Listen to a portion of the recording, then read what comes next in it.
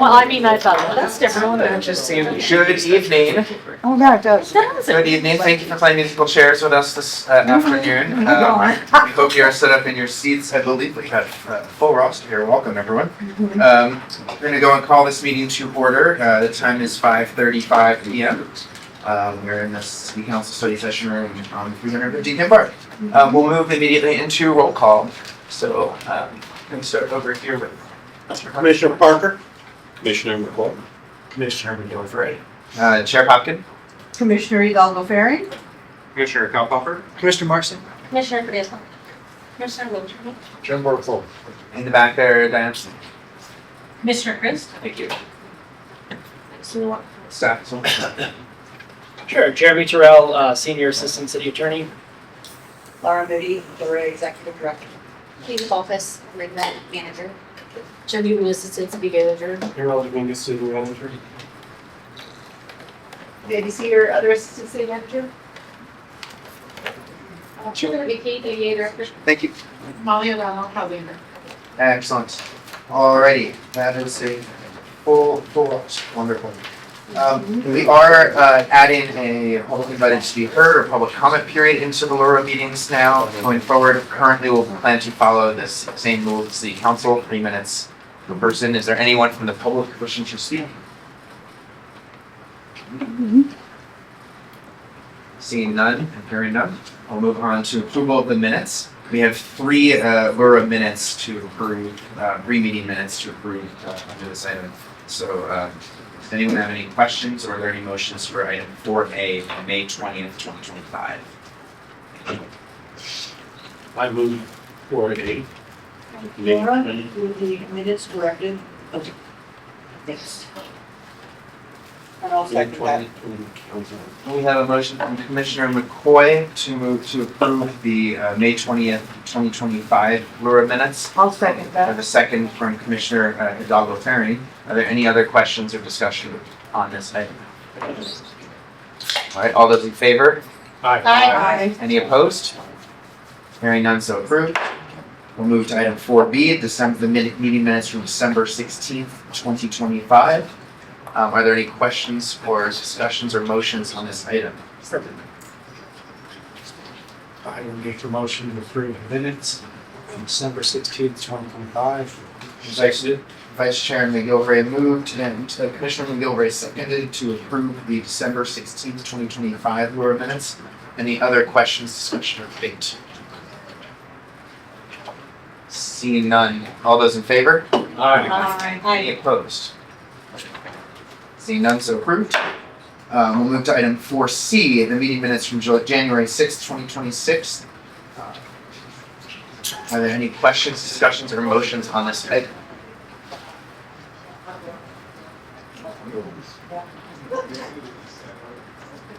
Hearing nothing, we'll sit in silence.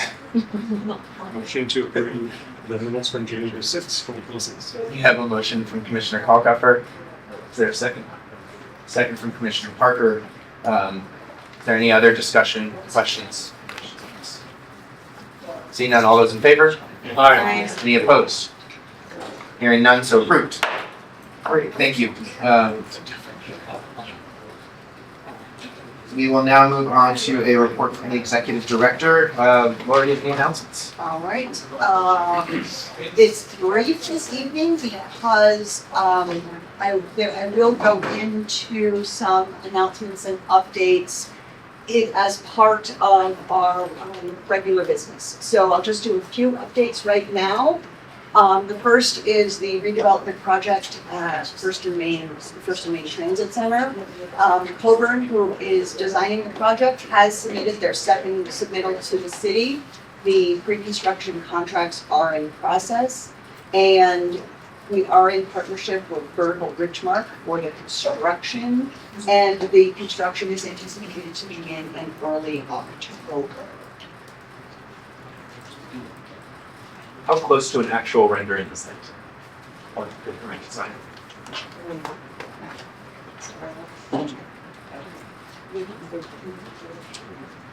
That is the rendering from the Hopkins sign that is part of the submittal that they gave to us last time. So if you go back,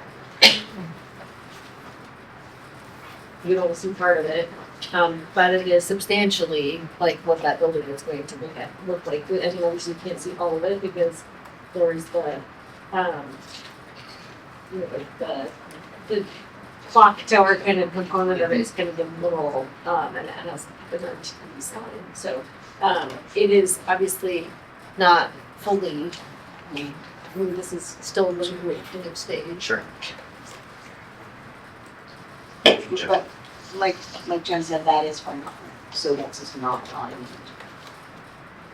All right, another update is with Front Range Passenger Rail, about the Northwest Microregion Town Hall that will be held at the Longmont Museum on Wednesday, April 8th, 6 to 7:30. So this is about the Front Range Passenger Rail that is working on their service development plan to evaluate service along the Front Range, and Longmont would be a community served by this service. So just making everyone aware of this. Yeah, Commissioner Lippman. Excuse me, Laura. Just a quick question on the presentation. Is it just a presentation? Is it community engagement? Is it feedback? Is it? I'm going to be there. Just curious if you brought it up.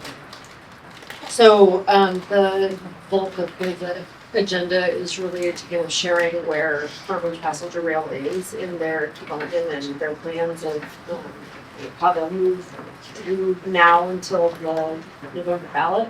Assuming that they have, their polling shows that a November ballot would make sense. There's a bunch of kind of storytelling that's around kind of where they are. So the bulk of the conversation is going to be about that. And we have a few minutes for us to talk about our station planning.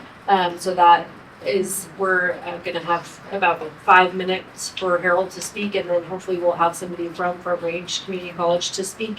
We're working through exactly what that looks like, and then there will be some Q&A that's after that. So I don't have the agenda right in front of me, but I think it's mostly kind of for them to kind of share where they are and what are all those kind of components, and then going into the development of the plan. So there's a component that's also about joint service, and for folks who may not have all the insights and spending all the time with these folks every day. For the joint service is kind of the first, like the starter service that would be 3 trips a day, and then the Front Range Passenger Rail service is the stepped up service that would require a boat. So there will also be a component of that joint service kind of conversation that will be discussed as well. Yeah, John Putnam is going to be the one presenting from FLPR. In terms of that, it's still, I would say it's still moving in terms of what's going to be said, what we're going to talk about, simply because the state's really taking the lead on most of those conversations in terms of joint services. I'm just, I think Longmont monsters really want an opportunity to move forward about passenger rail, so and I always like to share things out, but if people aren't getting an opportunity to really be participating, I don't want to get that false expectation. Thank you. Yeah, thank you. Commissioner Carl. I don't know if this is safe to assume, but do we have a formal letter of support regarding Front Range Passenger Rail that we want to support this? And is it appropriate for us to have that?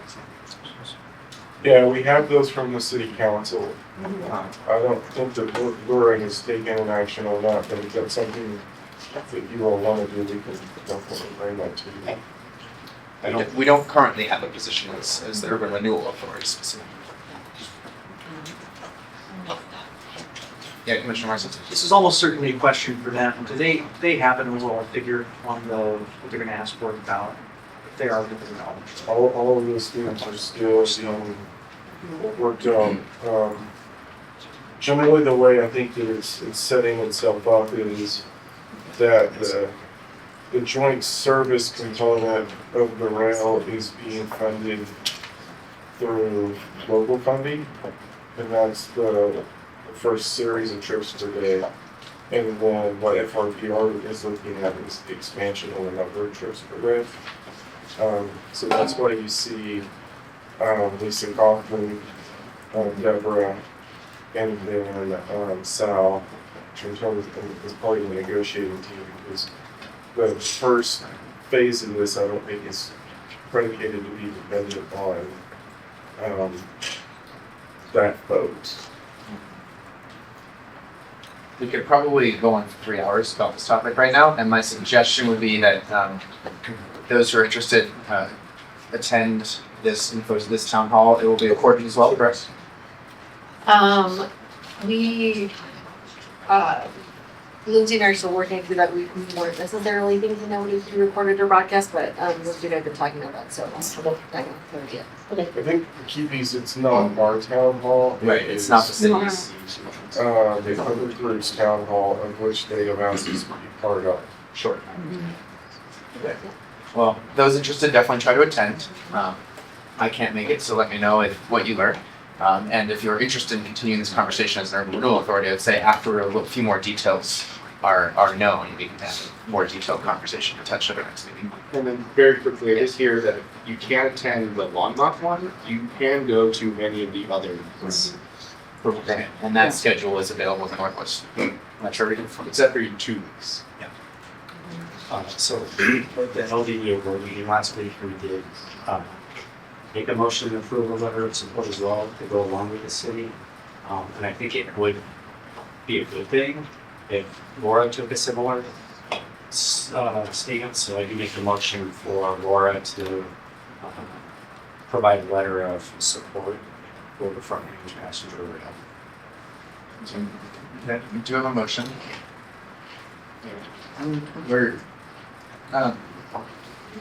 That's this new one. Yeah. Was that way off of? We're not really an item of regular business right now. Okay. So I think we could bring back, I think. Yeah. If I may, we could bring back a letter the next time that you'll meet is scheduled for May, and we can bring back a letter and we can think of it then if that works. If that, yeah, I think if we can have a short draft letter to consider, I think that would be productive given the temperature check that I'm taking around the table. I would be hesitant to make this group vote on anything, either one, without more details being shared with the group at this moment. So if that is an easy ask right now, that'd be cool. Thank you, Laura. When is our next scheduled meeting? Do we know? maybe. Fifth. Yes.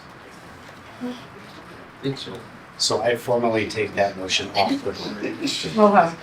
Thank you, Vice Chair. I appreciate the spirit of the direction you're heading there. Laura, I'll pass it back to you.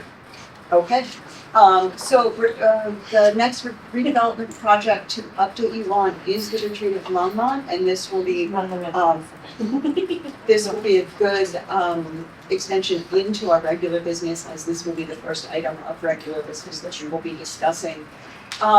As a reminder, this is the development project in 256 units with an integrated parking garage at Nelson and Hoover. The city has sent a plat and site plan approval to the developer and signed off on the building permit. They hope to break ground soon. The IGA with the St. Frank Valley School District will be on their April 8th school board meeting. So that will also be happening on April 8th. And then moving to new business, this is the amendment that we are considering tonight. So moving into regular business. This is the amendment to the Heinz Longmont 800 redevelopment agreement. So to refresh everyone's memories, this redevelopment agreement between Heinz Longmont 800 and Laura was approved by Laura on October 28th. The proposed amendment would not change the total dollar amount. So the reimbursement amount in the redevelopment agreement was $15 million with a yearly cap of $600,000. And the amendment It's only 6 of people. Yeah, you skipped. I was trying to gauge whether these were announcements. Yeah, I think Laura was just kind of providing a status update as to where the project was. That was how I was reading it. Yes, yes, Sorry. yes. Thank you for everyone for checking the agenda. Yes. Go ahead. Feel free to finish. Okay. Yes. So the reimbursement amount would remain at 15 million, and the cap of 600,000 per year would be removed. And the financial commitment that is limited to what is available by the tax increment revenues remains in place. So the only thing that is changing is that $600,000 per year. So now before we get to item 7, thank you. So we'll treat that as item 5B there, updates on these projects. Thank you. Are there any questions? I would discourage questions Oh, specifically on Yes. the amendment to this item. But are there questions on the other items that were presented during updates? I have a question on the amendment. We're not going to. Oh, I'm going to suggest that we hold that until we get to the formal item. happens when we're like all over the place. No, we're testing out a new agenda format tonight. So I'll make this. yeah, no, problema. So thank you. Other questions about any of the announcements or other project updates? Alright, so seeing none, we're going to go ahead into item 6 under regular business, discussion of potential conflict of interest. I believe I'm going to turn this over to Vice Chairman Kilgray first. Yeah, thank you. So after consulting with our incredible city attorneys, Eugene and Jeremy, I would like to read some comments for the record. So I'd like to formally disclose potential conflicts of interests. First, related to the First and Main project. Based on my understanding and interpretation of Laura's bylaws and the applicable state statute, my role at Front Range Community College may constitute as an indirect interest, particularly given the potential for future development and funding considerations connected to FRCC's presence and expansion in Longmont. Second, with respect to the Southeast Longmont Urban Renewal Plan, I do own property located at 137 Main, which is within the boundaries of the plan area, and it's based on my understanding, this represents a direct financial interest in the property included in the project area. And in the interest of full transparency and maintaining public trust, I would like both of these disclosures to be entered into the record. My understanding of the statute is that upon disclosure of potential or direct or indirect, I should not participate in any discussion or action related to these items unless the authority determines that my participation would not be contrary to the public interest. Based on my interpretation of that guidance, and out of the abundance of caution, particularly given the direct nature of the property interest, I believe it's most appropriate that I do not participate in the discussion or decision-making related to First and Main.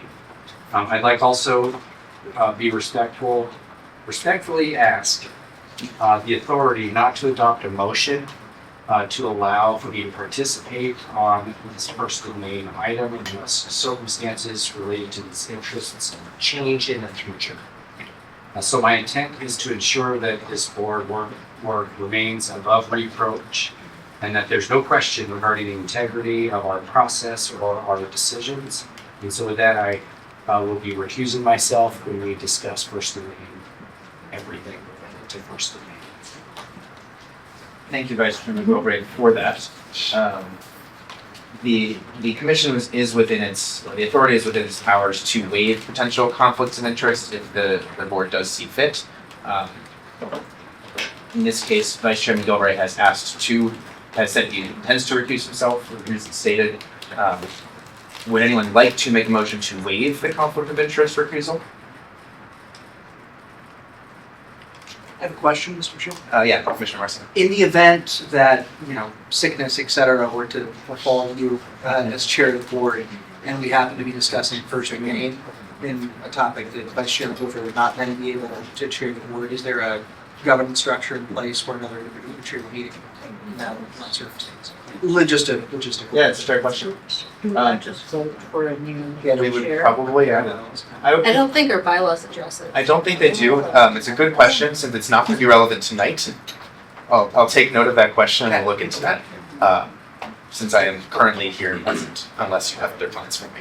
Okay. So, we will look into that. Was that going to be a Take out your name. I appreciate that though. Is there a difference between running a meeting and voting on a topic? I would think so. Well, generally the recusal. You have to leave. I'll let Jeremy chime in here. I think I know where you're going with this in terms of participation versus voting on an item. If I understand, we generally tend to follow council's procedure in this situation, and in that case, any council member or in this case commissioner who were to recuse themselves would recuse for the entirety of that item. Based on my understanding of that. Jeremy, anything you want to add? No, I think that covers it. I mean, I think the statutes mostly focus on participation item.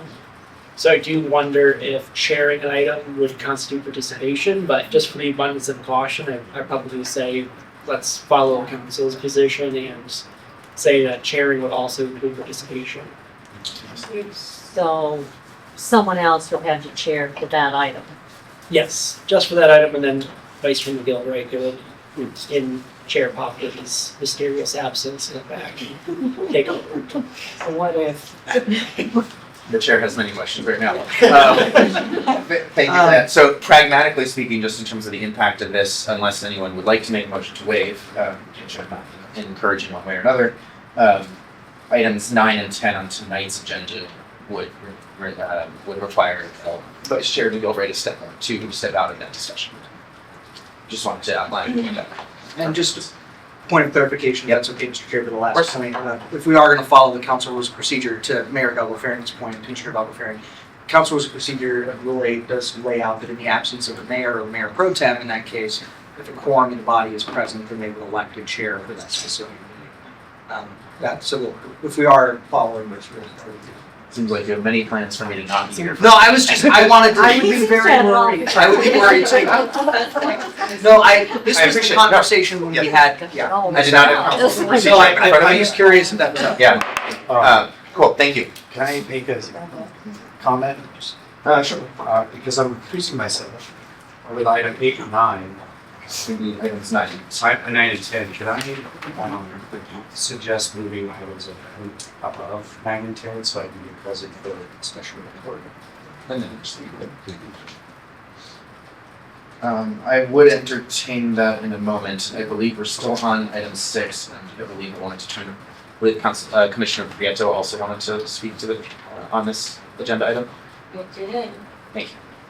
Okay, my turn.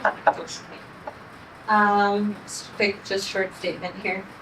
According to the revised statute 31-25-103, I have an obligation as a borough commissioner to disclose whether I have a direct or indirect interest in the property that is included or planned to be included in urban renewal project area. As I shared before, I currently rent from my aunt in Longmont, 705 First Avenue. And this property is included in the First and Main Urban Renewal Plan area, which I believe qualifies me as having an indirect interest. Therefore, I found it appropriate to disclose this with my fellow commissioners today. I remain neutral around recommendations related to my participation, not being contrary to public interest. Thank you, Commissioner Prieto. Is there other discussion on item number 6? Question for Commissioner. Question for Commissioner Prieto. You do not own the property. I do not own the Who rent this specific property? My uncle owns it. He's married to my aunt. My blood. Commissioner Burke? I just have a question because when we were in the DDA meeting not too long ago and an item came up, it's public now, that was about the Portland Community College. Our legal counsel there asked Alex, myself, and Chris to step out of that conversation. Yet I was in this conversation here because I sit on the DDA group. So I have this question of, can I be in the negotiation conversations that go on? between the two boards. I mean, I think part of the reason that the lower board came up to say you need to have 3 additional plus a mayor's choice is to bring in the special districts of the school board and the county. But yet, there seems to be this constant, I'm not sure if I'm supposed to be in this conversation or what I'm supposed to share with the other board. It's constantly one of those things of, am I supposed to say something or not supposed to say something? So, since we're on the conflict of interest, my question is it Or else decisions. That would be me too. right? That's you.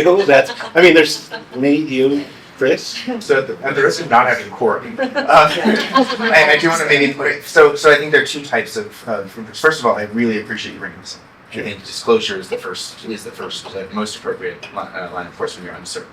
I believe what Vice Chairman Gilbray and Commissioner Prieto were noting were potential direct or indirect personal conflicts of interest rather than their other affiliations. Multiple of us serve on multiple capacities. Obviously, we're very much tonight, we're looking at a huge governmental agreement between the city council, which 7 of us Everybody currently serve on, and Laura, which 7 of us concurrently also serve on. So I guess I'll just double check with the attorney Wendy on this.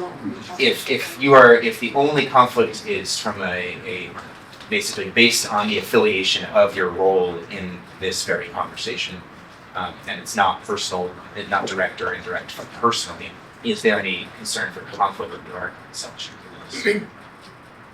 So the LURA bylaws pulls directly from the state statute for the urban renewal authorities concerning conflict of interest. And the statute looks at specifically owning or controlling or have owned or controlled an interest either directly or indirectly in any property being created or planned to be created. So I think the main focus is really the property owning aspect, and then there's the other piece of contracts, proposed contracts, materials, or services. So Direct employment, basically. direct employment. So if you owned a contracting firm and your contracting firm was the one that Laura picked to build for some main transit center, I think that would constitute a conflict of interest. And similarly with the property ownership piece, I think that falls closer to the statute. You know, I think from talking with Eugene on the concept of other boards, you know, we can't advise on the other boards necessarily, particularly the ones that aren't under city's control. But from our position in the city attorney's office, if you find that you have a conflict on one board, you only have to conflict yourself out of one, you don't have to conflict yourself out of both. So if LDDA feels that you shouldn't be participating because you're on the Urban Renewal Authority, then fine, you're conflicted out of LDDA, but you still should be in these meetings and vice versa. That answers the question somewhat, Commissioner Park. Fine. What's your favorite? Thank you, Jeremy. Commissioner Lushman? Yeah, I just have a question because I heard Vice Chair, because I heard a request to recuse, and I heard a disclosure and maybe disclosure. Do we need to, does the board need to address the other pieces with some kind of bundle, something? And I'm guessing we need to accept the recusal. You don't have to accept the recusal because that's already been offered basically, and So just acknowledge it. we are just basically welcoming that and acknowledging that. I believe for the other items raised, we should address those directly. Commissioner Marsing? I have a motion. I welcome the motion. I move that we waive Commissioner Prieto's conflict of interest. In regards to the first community station, I'm happy to speak to it. Thank you. So we have a motion to waive Commissioner Prieto's conflict of interest. Indirect conflict. Indirect. Let me grab the language on this.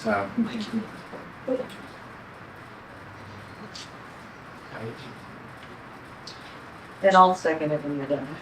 We have a motion from Commissioner Marsing to waive the finding that Commissioner Prieto's participation would not be contrary to the public interest. Because Commissioner Prieto, I use that language because Commissioner Prieto has not disclosed a specific conflict, just acknowledged a potential disclosure. Thank you, Mr. Chairman. So unless this body decides that it's not, that would be considered a conflict of interest, or not contrary, that would be contrary to the public interest, it is not a conflict that you would recuse from. if that makes sense, or that you would be Yeah. exempt from. Does that resonate with what your intention was? Sure. Great, so I'll restate it once more.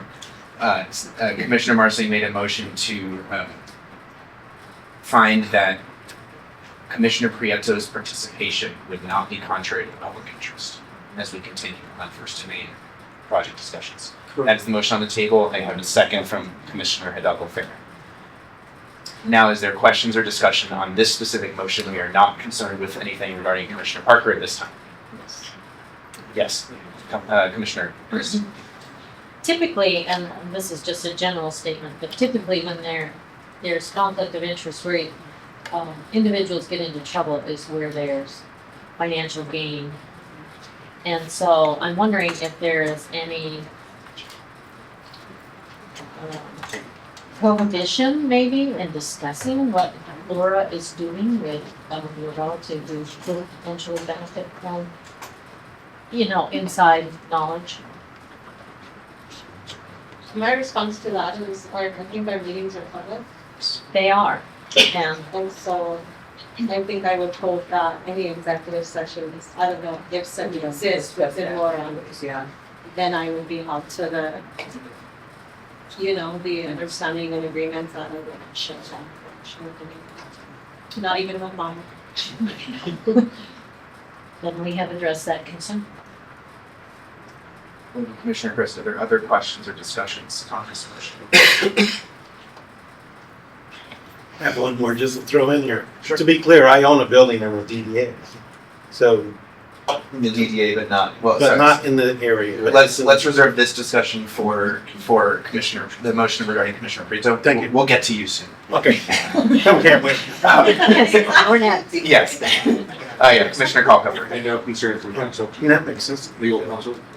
No, it's the way the statute works is once a disclosure is made, that person's effectively convicted out of the item until such time as the authority brings them back in, finding that it's not, what their participation would not be contrary to public interest, and there is double negatives why we're stumbling over our words.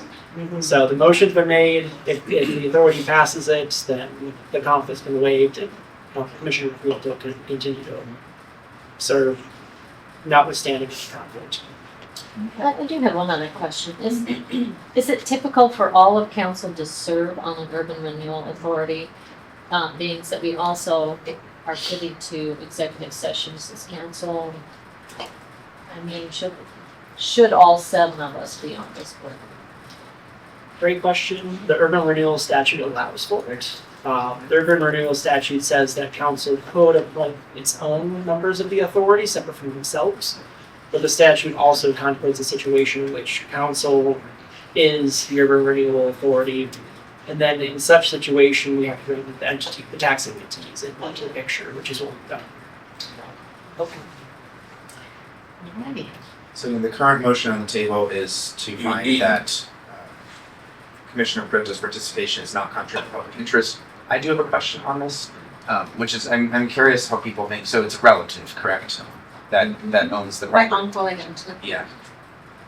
If this was a parent or a child, would we feel differently about this? Like, what's at what point is it just an individual conflict? Is it direct family members? What's the level of extension that we would consider to interest? Because I lean more towards the case. But Commissioner Welchman? The way I heard the statute described was that for those 2 homes or controls property, or has the service of the members. So for me, just based on that, Can you repeat that one more? couldn't hear you. what I heard, I'm looking at the trying to cite the statute, I'm just taking from my notes that I was taking while I was listening about owned or controls property and or has this proposed service. So I'm just listening based on that. I don't think there was an direct conflict of interest. In which case, I'm not even going into which level of tier of family. So just to respond. No, for sure. Other discussion? Okay. Seeing no other discussion, there's a motion on the table to find that Commissioner Prieto's participation is not contrary to public interest. All those in favor of the motion, we'll do show of hands for now. I have time to vote, right? I would not vote. I'm gonna just stay with y'all. I guess. Okay. you just- Stay with y'all.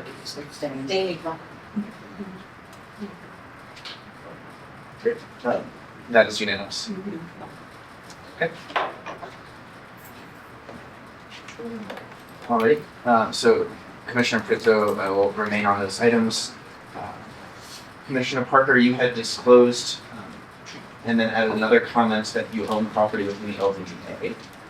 Is that within the first and main planning area? No. We're talking about or the southeastern ward. 603 Kenmar Street, so nothing new. So, thank you for disclosing that. There's no conflict of interest presented there, so I don't see that we inherently need a motion at this time. But I appreciate you bringing that up, and I appreciate everyone else's consideration. Anything else that people want to share for the good of public order here while we were on agenda item 6? Okay, hearing none, thank you very much. We'll move on to item 7 in 1 second. Commissioner McGilvery did ask. No, I think discussing the intergovernmental agreements is a priority, and if so, if we run out of time, as I'll go along. I will not make any. Thank you very much. We'll move on to agenda item 7 under regular business, a consideration of the amendment to the Hines Longmont 800 LLC redevelopment agreement. I'll pass over to Laura. Okay, like I said, but I misspoke earlier, we had the redevelopment agreement between Laura and Hines Longmont 800. The redevelopment agreement stated that the reimbursement amount was capped at 15 million total in TIF support, and there was a 600,000 per year cap on that as well. The amendment would remove the 600,000 per year cap, but the 15 million cap in total would remain. And the other consideration that is still there is that financial commitment is limited to what is available from the tax revenues. So that is the summary of the amendment to the redevelopment agreement that is under discussion. Thank you. Great. Thank you very much. Questions and discussion again, Commissioner Lichman. Just to clarify, so the 15 million stays with that 600,000 per year cap, which is big price to the other money. Correct. Is it not typical to have some type of an annual cap in a loan resolution? I would just say that there's a number of ways that these agreements are structured. And I think the initial idea was to have a cap because there were some assumptions made about how about the modeling that was happening moving into the project. What we're looking to do is to eliminate that annual cap, but the totality of what they would receive in terms of the dollar amount that's generated from their project. So it's new revenue that's generated from the project that goes back into the project would still be capped. And it might take the entire 25 years for it to be, for that $15 million to go to the project, based on the information that we have right now. And I think So I guess the answer is it depends on what the revenue is generated from the project. And so if you're typically going to generate more revenue than is needed to achieve, then you can put annual caps on it. In this case, the modeling showing that they'll need the full 25 years in order to get to 15 million. It was proposed originally as a cap, and now the recommendation is to remove the cap. Only the annual cap. So if the maximum cap of 15 million is still in place, it's just the annual 600,000 cap. I understand. Yeah. It was proposed originally with 600,000 per year cap, Correct. and now it's being recommended to remove. Correct. What is the reasoning behind that, and what are the potential I don't know that, no, I'm not hearing, I do. The original modeling included mill levies from the school district that they can't put into it because it's beyond the 27 mills that's backfilled by the state. So that increased the amount of revenue coming into it in the modeling, which is why the cap was put in place. When you pull those out, there's not enough money to pay for it unless you're doing the full term of that, the full time period. So there's years where they only collect $100,000, and so you need the outer years to make the 15. I've read the package just to sorry because somebody had, you know, I just didn't find what I was looking for in reading. Very fair. Thank you, Commissioner Luttrell. Other questions? Yeah, Commissioner Christ. So, Laura, is the feeling that Hines would like to get after this so that they can actually earn the money faster than 25 years? In other words, they think if they put some extra effort into it, they could do better than 600,000 per year? You know, the enthusiasm for the project is there and it always has been there. So they're ready to break ground. You know, that's the enthusiasm that they have right now, is to get this project under construction. And, you know, that's always been there. So that's really all I can, that enthusiasm is there. So I think the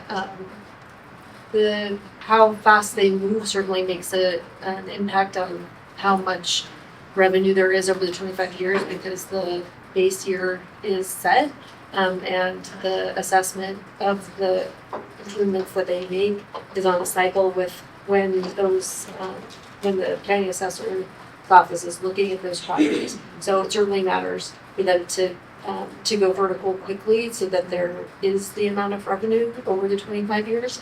But the revenue is generated by the amount of investment that happens on the project. And so, I would agree, I think they're eager to get.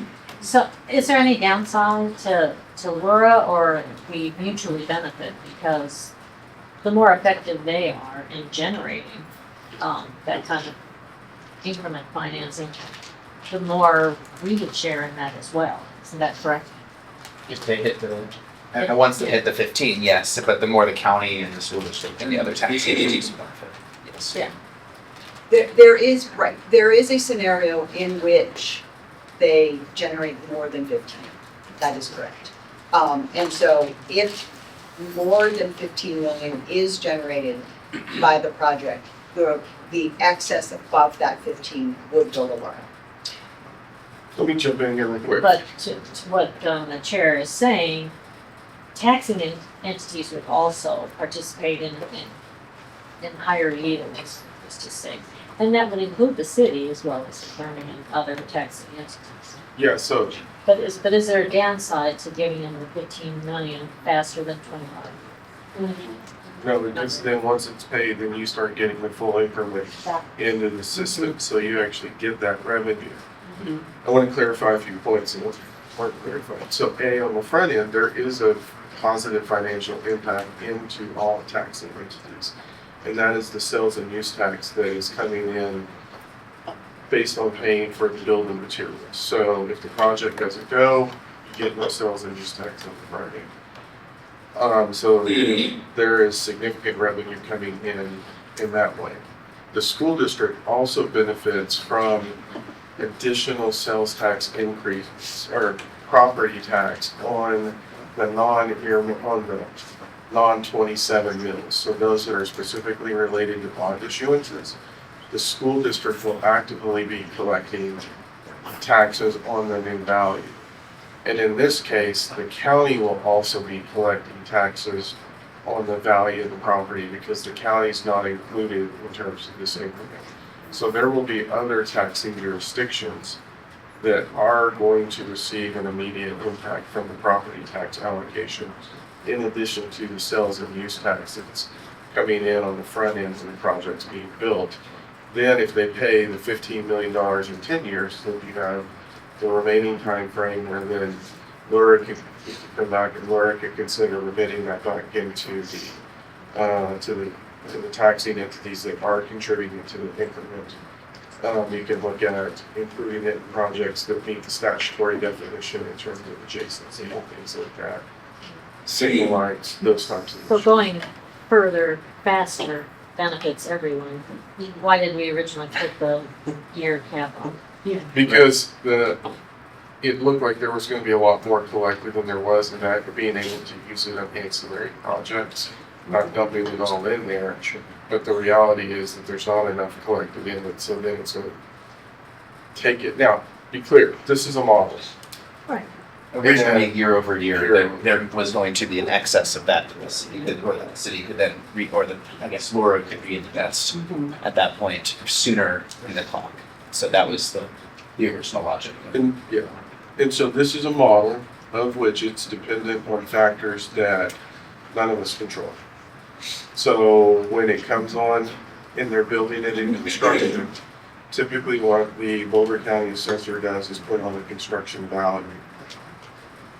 So there's a question of what is the value coming in and what does that look like? And so there's both sides of that base number coming into it. It could be less, it could be more. That's a risk that they're taking in terms of what that looks like. Another component that comes into play is when the assessor evaluates the property and puts it on the tax rolls. The market starts playing into what that number looks like. So if, let's say you hit an 08 kind of situation where the values are suppressed, the number can go down. And again, that's a risk on their part because if that were to happen, you'll never collect $15 million. On the other side, they could look at the market based on these properties and it can accelerate the value of it, which means that you are collecting more and then you can pay it sooner rather than later. So when I say it's a model, the model is a conservative look at determining what the numbers are, understanding that the numbers can move up and down based on the inputs throughout the process. Thanks, Commissioner Cocker. How quickly do we think that 15 million will come back? Because in 25 years, we're spreading that out over 25 years.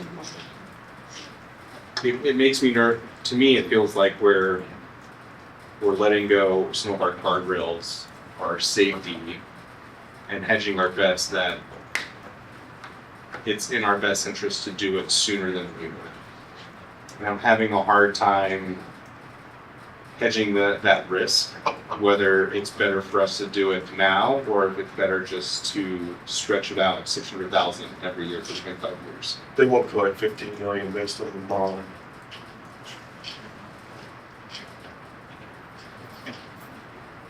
Partially because of the way that it's assessed in the beginning, because it's, the project isn't fully done vertical, so there will only be the increment, the new won't be the full value. It won't be fully realized For a few years, and so in order for them, based on taking only, if we were looking at just the city's, the levy, the school district 27 mills that can be, backfilled by the state, and then mills where we don't have agreements yet for those other taxing entities other than the county.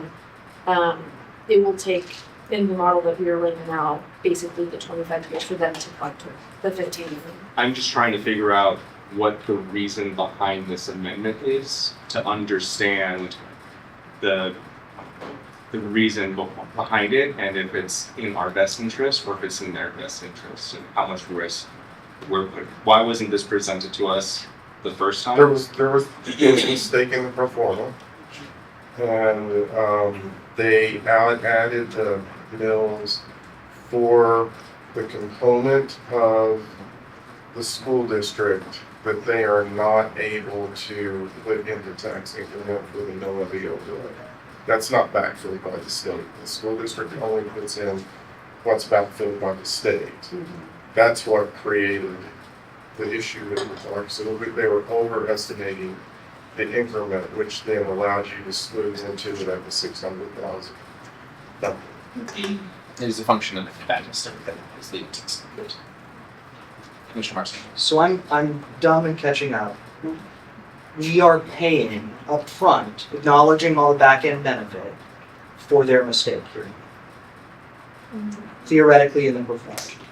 Not there. Well, not theirs, okay, got it, that's right, okay, thank you. Okay, Commissioner Pinto? Yeah. And I'm also like, this is a learning experience for me. Yeah. So my question was too, but then I think you guys answered it, and I'll tell you what I came to, is like why do it and then like why the amendment? And so from what I'm hearing is there's gonna be some years where they don't hit enough. But there may be some years where they've hit more, and so those additional years that they hit more will kind of make up the difference for the years that they're not generating more. They're generating very little, and so it makes it more appealing for them to invest and move forward, because then they at least get their money back, but without this cap. Now, had the cap been there, they're losing out on a lot of years, and then the years where they could potentially make up the difference, they won't be able to because of the cap. That's correct? Yep. Okay. But I don't think, I would just clarify, I don't think it's making it more appealing for them, it's making it insult from a financial standpoint of what the Yeah, it original doesn't intent change, was. it doesn't change the impact to their pro forma because it's still $15 million in their pro forma. If anything, it probably hurts their pro forma because the collection of that is occurring in future years. And so Yeah. instead of getting Versus consistency. instead of consistency, they're gonna go probably 7 years sub 600,000. Okay. And then it catches up in the end. So that's really exactly what's happening in this. Okay. And we're putting nothing in on the front end. Okay. Everything is in arrears. Okay, and remember that the guardrails that are in place are the 15 million cap. Yep. And that they're only eligible for increment generated by this specific property. So they are not they're not eligible for increment anywhere else, just on their specific property. So it is what their property is generating. Okay. And then I have another question. Once they hit that 15 million cap, that's it, right? And then whatever's generated, say they generate it in the first 8, which is not likely because the first 7 are lost, right? Let's just say, like theoretically, the first 8, the remaining amount of years that's left over in that would come back to Laura That comes back to the Urban Renewal Authority for use on public infrastructure. improvements in around the that Twin Peaks qualifies for like urban renewal lights and area as a whole. streets and infrastructure-ish. Yes, it comes back to where I think it depends on what the use becomes a different conversation altogether. And so the board would then assess, is there a legal use of the funds? If there is, then you can use them. If there's not a legal use of the funds, then the board can remit those back to the taxing entities and they get them sooner rather than later. And then curious, just thinking citywide and the different relationships between. Then after the 25 years, so if they pay off their tip early, the remaining goes to Laura for the rest of the 25, up to the 25th year. And then the city would then get back that revenue to its general fund. Right. Got it. And all of the other taxing entities would as well. Yeah. So, you know, we would basically stop getting the increment, and then everybody's, at the end of the 25 years, all of that would then, all that difference would then go to each of those taxing entities that was being collected. And I have more questions, but that's my city hat, and so I'm not gonna go into that right now. So I'm But the most basic explanation is when urban renewal comes in, it really is boiled down to this very basic question. Will the project happen without the urban renewal assistance? Yes. And looking at the pro forma, I think we can clearly tell you it's not. I mean, there's a question of even if we took the cap off, whether or not it would pencil financially. Yeah. And so what I use to talk to a lot of folks about is what's 100% of zero? Zero. And so what that really means is that if the project doesn't go forward, we get nothing. Yeah. Either way. Both Either county, way. school district, no one Yeah, gets. if it does go forward, then different entities get the advantage of this. And on the city side, what we're really capturing is the fee structure on the front end, Yep. the sales and use tax on the front end, Yep. and then the sales tax generated by the people that live. Yes, So there is still additional revenue coming in a different form. it's just not enough. It's just not in the property tax. Thank you. The base is, Well, we get the base, but the base is increasing Yeah, it's slightly. not a Yeah, the lot. base does increase annually, right? It does. I move. One second, I have two questions. In the TIF agreement, on page 2, I sent these meeting on this.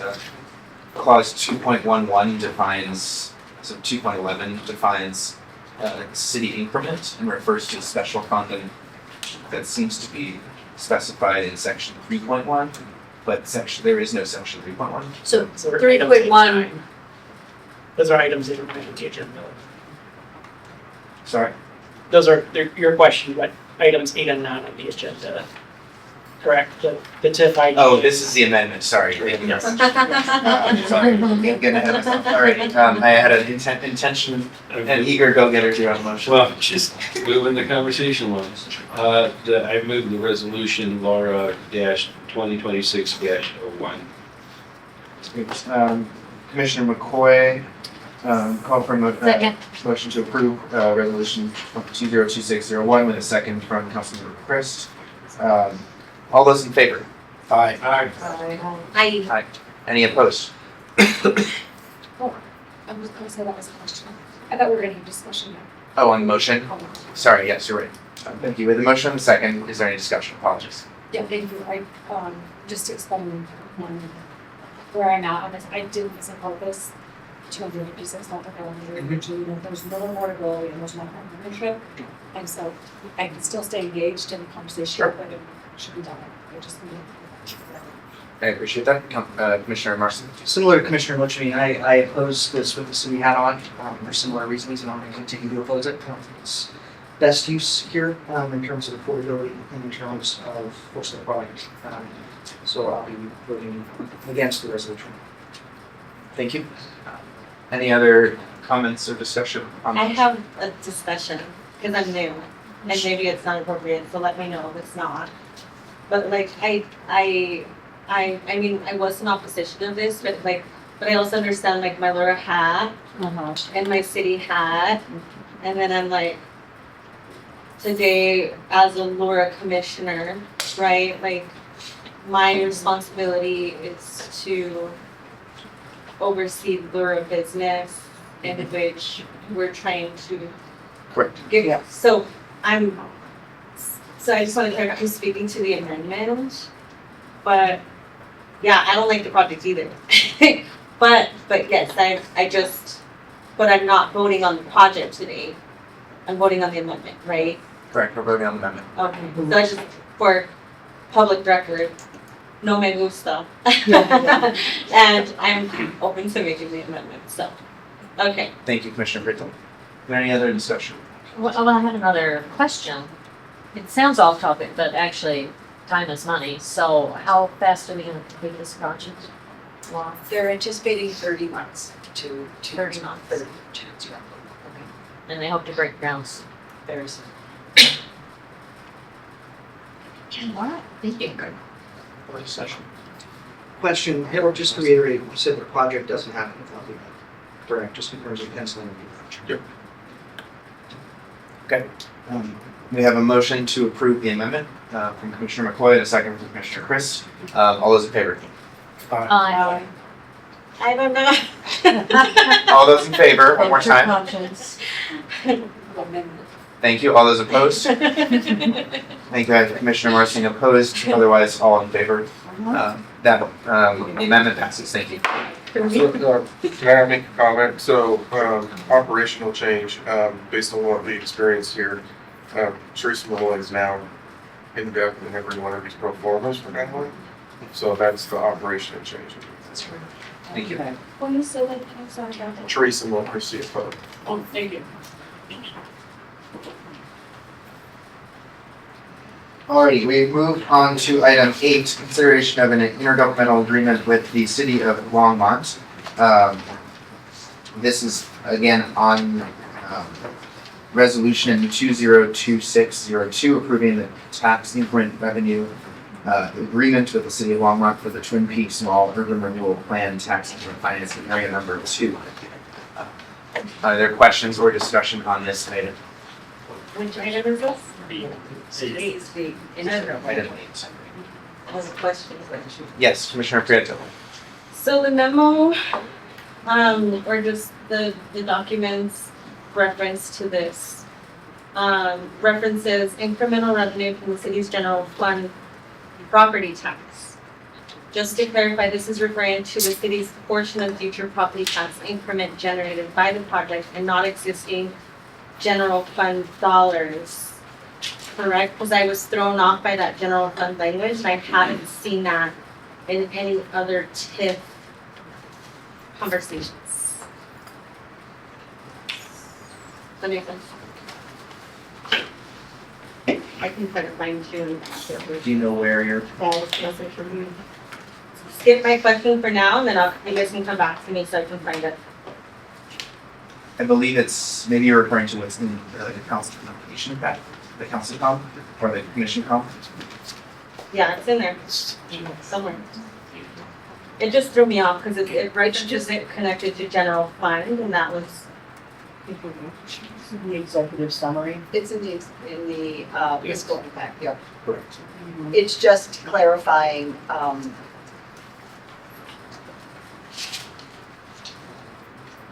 on the city side, where that money goes to be from you. In other words, the financial flow would be, technically the revenue would come into the city if this is passed, then the city commits that revenue that is coming specifically from this project vis-a-vis this agreement to the property, through this partnership to Laura for the team. But it goes through that. It's the city's portion of the property tax that would be going to this project, that's over the base. And so it is property tax.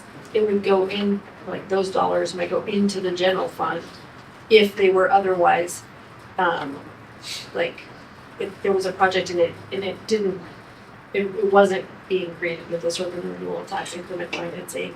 But as we just talked about in the previous item, if there isn't an agreement for this tax increment financing, then there isn't any project and then there wouldn't be any increment and therefore there wouldn't be any additional dollars that are going into the general fund. Yeah, But that's all. I understand that piece, I'm just thrown off by the language in this specific, because it's not familiar to me in the previous packets related to kind of the same conversations, and so is it, so all of the TIF goes, because it was my understanding TIF goes directly to the other entities, whoever it is, and not into the general fund, but you're saying what happens is all of that revenue comes into the general fund and then we pay out?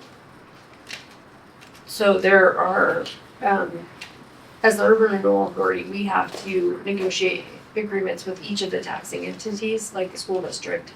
There'll be an IGA that will come forward. If the school district approves it, it's related to the mills that are related to the school district.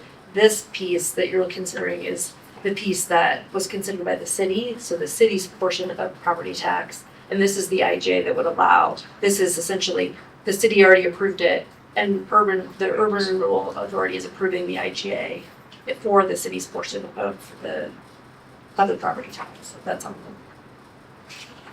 There's much. Yeah.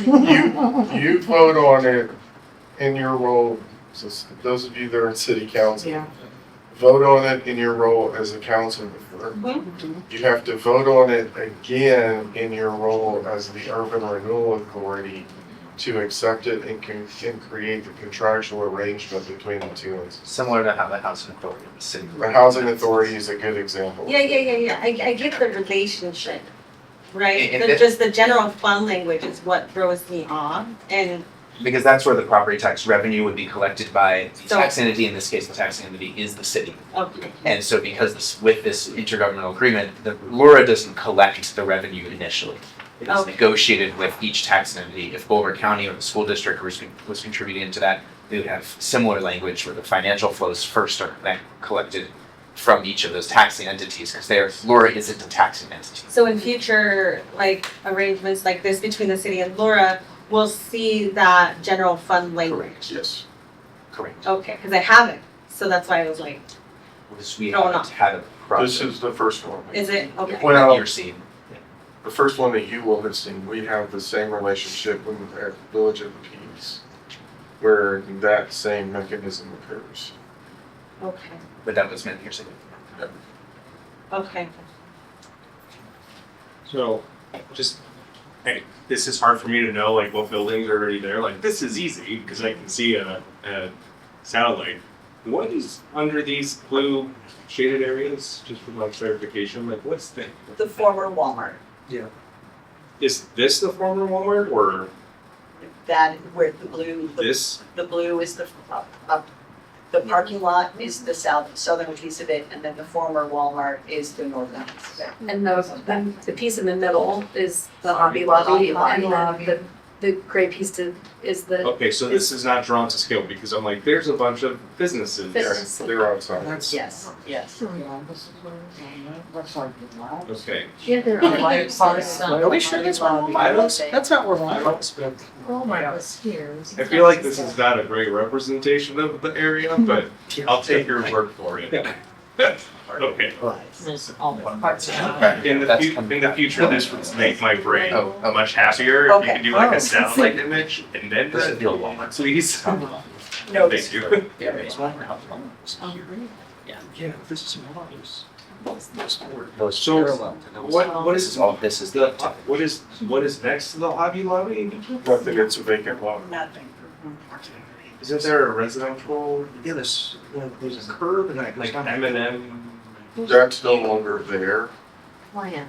It was There there, was yes, a there was a residential house. house, And and that's, they vacated that, one of my former students lived there, Okay, so, yeah. cool. Very dope. And they're. Thank you for the clarification. Commissioner Cocklefer? Commissioner Lichman? Just a question since, Commissioner has the, map up there.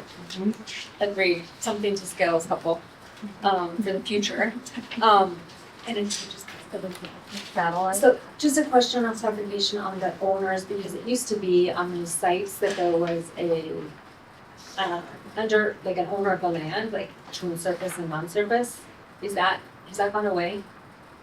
You know, on, on those parcels?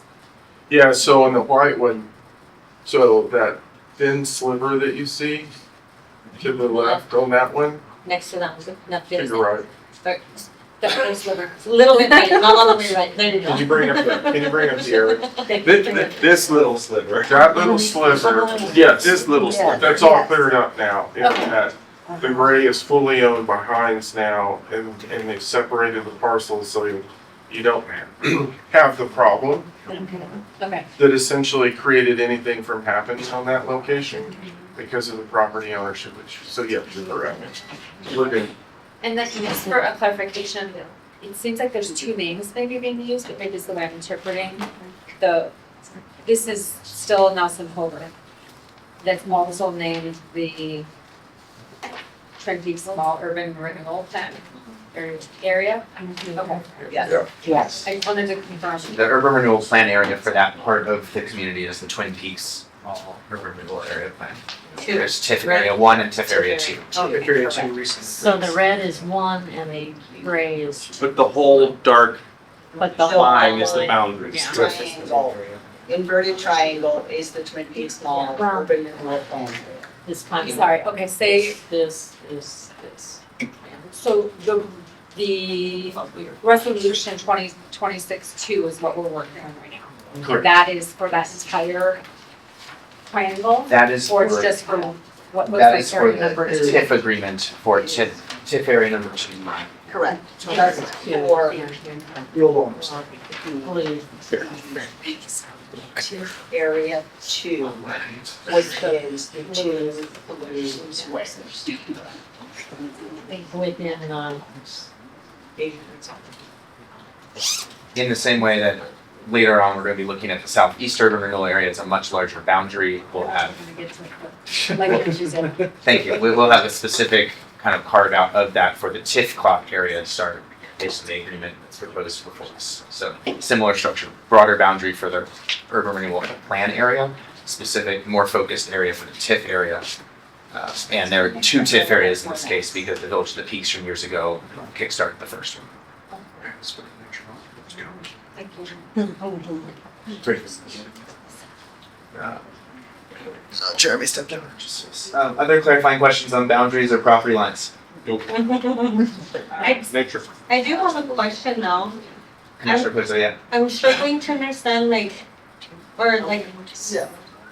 to weigh the impacts on the Hobby Lobby next to the development. Like, have we had conversations with Hobby Lobby and like how is that going to impact that business? Because I know that the business has been here for a very long time, and I know that they were strongly in support of this project. And have we run any reports, or do we have an understanding of what? I mean, you would think more people, more business nearby, but I believe it's a good question. I believe staff was engaged with the business owners in the area. So Heinz had to go into agreement to get Hobby Lobby to agree to certain things because when it was the Longmont, they had what in the work they refer to as a common area maintenance agreement, which means that everybody agrees to certain sight lines, splitting certain costs. And so that's actually part of the reason nothing was ever done on that property is because the provisions that Hobby Lobby actually had in that agreement prohibited certain things from occurring at that location. And so they had to negotiate with each other in order to be able to get to this point. So, what Commissioner Loachman mentioned was at the heart of all of this.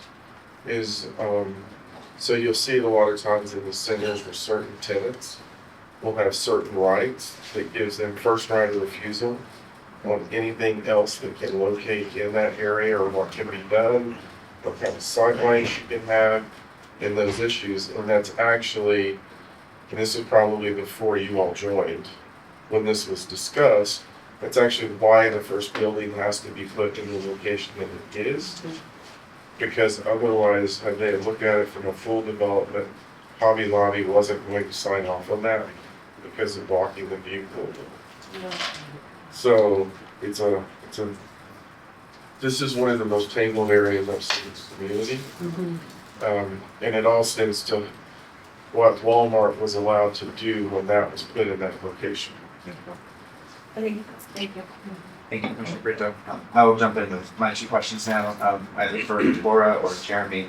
So section 2.11 refers to city increment and it refers specifically to the fund, the mill levy being, the revenue being paid into the special fund as specified in section 3.1. I do not see a section 3.1 in this. Was that changed to 2.18? Yes, it's a typo, and if Laura approves the TIF IGAs with that amendment tonight, then the council resolutions by Longmont City Council has authority to change typos. So in substantially the form of, that's where that language gets in. So if Laura is fine with it, I'd recommend just making that motion to correct that typo to 11, and we'll take care of this incident. Thank you. And then on page 5, clause 9.1 states, abnormal weather could be a reason for delay or failure to perform. Which to me felt very broad in language. Is abnormal, like there's all kinds of other things listed in there. Specific, we had results of acts of God, fires, floods, earthquake, abnormal weather, strikes, labor disputes, accidents, regulation, or civil or military authorities, et cetera, et cetera. Abnormal weather stood out to me as being a little particularly vague. Is that typical in our contracts? So this contract was actually drafted by a special counsel who represents a good chunk of the urban renewal authorities across the state. and that's the term he uses. So I'd say it is typical. I think it's normally in legal terms we'd say force majeure. Right. Instead, we did a listing out the force majeure, which would include abnormal weather. So I don't have any concerns with language. I appreciate that. I guess I'll put on the record that I appreciate for some of those terms going forward that maybe we look at less broad vagaries there. I think a lot of people could probably say we've had an abnormal winter. I don't know if that would count for abnormal weather in this situation for cost for delay, but would want us to not be, would want that to not be just a menial factor here that could deter things. It's pretty common in construction contracts that we have, just weather delays. Because you lose days for rain, snow, those kinds of issues. Okay. Probably more common in construction contracts. Okay, thank you. Those are just the 2 points I had. Any other questions or discussion from commissioners? Not really any motions. A motion to approve Laura 2026-02. I have a motion from Commissioner Kalkofer, seconded from Commissioner McCoy, to approve resolution 202602, approving the tax increment revenue agreement with the city of Longmont for the Twin Peaks Mall Urban Renewal Plan tax increment financing area number 2. We need shorter titles. Is there any discussion on the motion? I'll just share I still have the same concerns in regards to this tip agreement that I shared previously in regards to the lack of affordability commitment and or clause of division, et cetera, and or ownership opportunity in this particular area. Thank you, Commissioner Lichman. Commissioner Marson? Same concerns, I'll be voting against. Thank you, Commissioner Kalkofer. I just want to say for the record that I also did not like this project at first because it didn't have those components. But knowing how challenging this site is, it convinced me that, let's not get perfect in the way of good. And this is a transportation corridor, and if we are going to have density somewhere, I do believe this is the right spot because it's close to services, it's close to transportation. This is not the project that I was hoping to lean for, but it's almost there. But I hear what you're saying. I would also agree. Commissioner White? I would also agree, when Commissioner Chris and I sat down with them, 2 by 2, we came to the same conclusion. It was not favorable. We didn't like the idea of not having purchasable or income qualified type of situation there. But the alternative of having to sit there and the fact that we've had kind of an attractive nuisance for so long that with all the other things that Commissioner Kalkofer brought up, it swayed me the other way. Thank you, Commissioner McCoy. Commissioner Lichman again.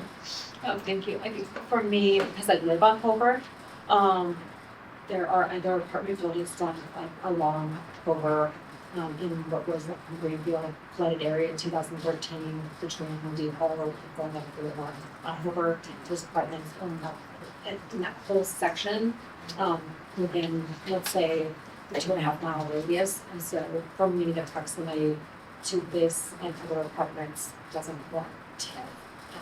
I agree that there's concern on that particular lot, just to address some of the comments. Thank you, Commissioner Marson. Thank you. I'll just echo Commissioner Lichman's comments. I think, as I said, when the city had this project come before us, before that development on the other side of Hoover, had been approved, before those developments that took strength in the community were approved, I would feel differently. I think the broader context of this project, providing the TIF that we are providing in order for this to even pencil, a pretty extraordinary investment in apartments when we have heard from the community that's not what folks are looking for. And I understand all the conversations, but I would be. Thank you, Commissioner Marson. I will just add to clarify one point here. There was discussion about the affordability piece. They are paying the fee in lieu at 150%, I believe, of what was required. It's not the same as providing in units, I know that, but they are paying into our affordable housing fund the 150% of what they are required to pay. Commissioner Betham? And just echoing, I'm very displeased with this development. I do feel like we could have done better. and being a chair for the City of Longmont Housing and Human Services previously, to your point of the 450 that comes into that fund, it still takes a really long time for those to actually materialize and for people to actually be in affordable homes at that time. And so I'm just echoing what I'm hearing in here. I did vote no on this as the councilwoman. I don't like the development, but I will be moving forward as a commissioner today as far as just some of the, the information that's been brought forward with all of the tweaking that we've had to do to make this project even work. And but just for staff and everybody who works so hard day to day, I hope that there's a sentiment and a strong understanding of what the community wants and what the commissioners want, and also what council wants. Thank you, Commissioner Pitta. Commissioner Cockcroft. Very quick comment. This is in a major area where affordable housing does make sense. And when we take via loop an area like this and then develop a project somewhere else, sometimes those projects happen in the outskirts of town. And the residents that are buying or renting these affordable housings are on the outskirts of town, which requires them to have transportation. So I really dislike when we have prime locations that do not have affordable units on site, because we're then forcing them to have public or use public transportation and or have vehicles, which puts an undue burden on them. So in the future, I would really love us to push hard on having the on-site affordable housing near groceries, near services, because that is where we want them to be, so they're closer, so we don't have to drive. Thank you. Thank you. Commissioner Chris. I agree with all of this. I think we need more for sale properties. My aspiration for this property is that it is very attractive to seniors and senior couples. It's not built that way. It's open to anybody, but because it is close to transportation, it's close to restaurants, it's close to shopping. People have said, I'll never move into an apartment, are now interested in it. When are they gonna start that project? Because it is of interest to people. Yeah. And if people are able to downsize into a latchkey type situation, which is what they're looking for, and that protected garage is part of that attraction, and they're able to sell their homes for a reasonable price rather than taking on a much higher mortgage, so therefore they bump up the price, then I think it creates some attainable housing for families. I also want to say that accelerating, if Hines can make their money faster, we have this 10-year window where then the defect law falls off, and then maybe it's an aspirational on my part that they could eventually sell some of those as condos. So, yeah. Thank you, Commissioner Chris. Any final comments or discussion? Just one more comment. If Sure. this is geared towards seniors, I just want us to all also keep in mind that seniors are on fixed incomes. Yeah. And with the cost of living tripling,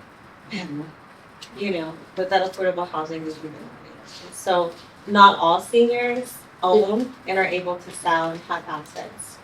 And even conversations in the housing arena around the complications of them even being able to sell and all the money that they lose in selling it's just, so when we speak about seniors, I think it's just really also important for all of us to understand who that population is, what are the barriers that they face, and what type of housing are we building in it? Is it actually meeting the need of all seniors or just some? Yeah, and let me just clarify, it's not geared towards seniors. I just have seen a lot of interest from seniors. Thank you. Seeing no further comments or discussion, let's go ahead and take a vote. We have a motion from Commissioner Cockcroft and seconded by Commissioner Coy. All those in favor? Aye. All those opposed? Thank you. That passes 9-2 with Commissioners Loachman and Marsing opposed.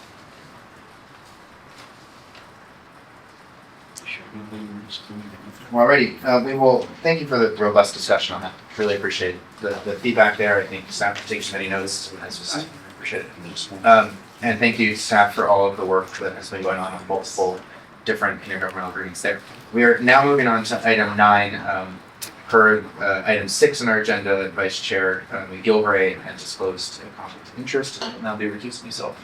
For items 9 and 10, enjoy. Wait outside, we look forward to having you back. That's not big. What item are we on? We are on item number 9. Would people appreciate a 3-minute bathroom break? I would really great. appreciate that, yes. Thank Great. you. We will, let's make it 5. We will reconvene at 7:04. Sorry, I thought we were done. We don't have a Still- council meeting. There's no council meeting. This is, Is this just an ongoing? It's just literally Still we're done. yes, we have 3 more items. Yeah. Yeah, basically, yeah. Yeah, I got one started, sorry, there it is. Like, in spirit, you know, it's really- This meeting is always. All right, go ahead. We're taking a brief bathroom break. Be back in 5 minutes, please. Thank you. What did your Thank you. office say? You were not there. I almost wrote like a note and just stuck it on your desk. But like, you're like, Clear as mud? Clear as mud? Yeah. Because my question is that, like. you have a suggestion? I wasn't gonna like go through your office. But I thought they were more than the money, correct? That's what we paused. So we paused at item 9. You weren't there. We will come I'm back not, here. and so I guess the question is, Am I looking at the wrong? the question is She was there. whether Commissioner McGilvray, that conflict is related to this one or the. I did. Sorry, I'm not being articulate, like, there's technically, Because yes. he owns property within the southeastern rural area. Got it, okay, great. I just wanna make sure. It's such a black screen. Then he can. Before, but not first. Got it, thank you for the clarification. It's like the smorgasbord of office. I thought that the reference was to the state law. I thought the special fund reference was to. I did go to the fire station first. Is that where? So I went to a brand new building. But it's, it meant the definition, so Yeah. I go to not a long Got it, I was thinking. Because it's.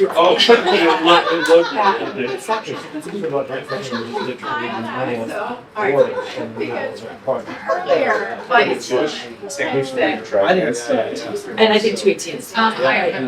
When I first said it, I thought it was 218. He's supposed to destroy it, so. If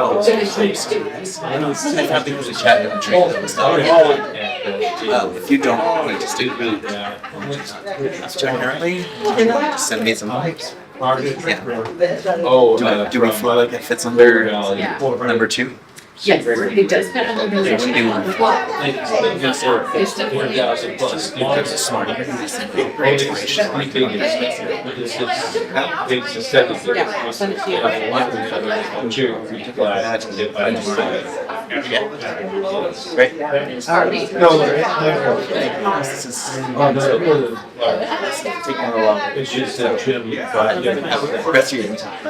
Thank you, Becky.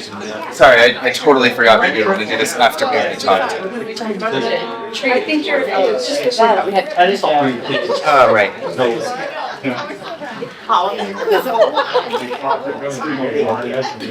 Oh, yeah. So, this is my one of the.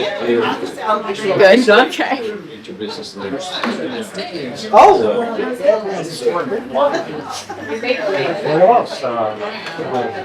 They point to you.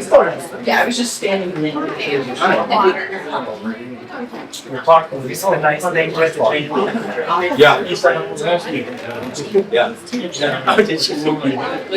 So that's the thing, so they're busy with that and everything, so. It's not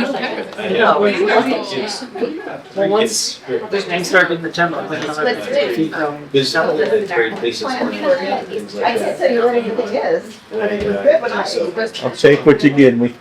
Pretty good about that. I have 40, gets going. Good food, right? I am. Good. Yeah. Just myself. Yeah. From our district. I got a history of I gained. I'll send you it. Hey, I'm going to a conference on Thursday. I managed. So I had my. I had one, but the tournament's going on, having one now. Yeah, yes. So I made sure that we had. We'll likely have a big, possibly, we may, we'll see. Yes, I may have 2 kids, but I'll let you know. Yes. I've got all these checks. Yeah, no, cool. Stay Thank there. you. Yeah, you bet. Right? Stay at the. I can tell when I'm gonna. Take a good one the other way. You know, Yeah. I think It's more it- complicated. Oh, you're like, man, it's first. It's like a. We could reconvene, that would be excellent. Thank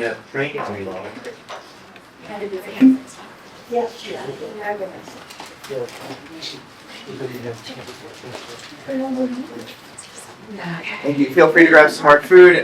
We'll keep going with item 9. Commissioner Vice Chairman McGilvray has left the room and is not in sight. The time is 7:05 p.m. Thanks. Thank you. We'll move to item 9, consideration of an intergovernmental agreement with the city of Longmont regarding item 202603, approving the tax increment revenue agreement with the city of Longmont for the Southeast Longmont Urban Renewal Plan Tax Increment Financing Area Number 1. We are shifting gears from the Twin Peaks area to the Southeast Urban Renewal area. Do that mental shift in your mind.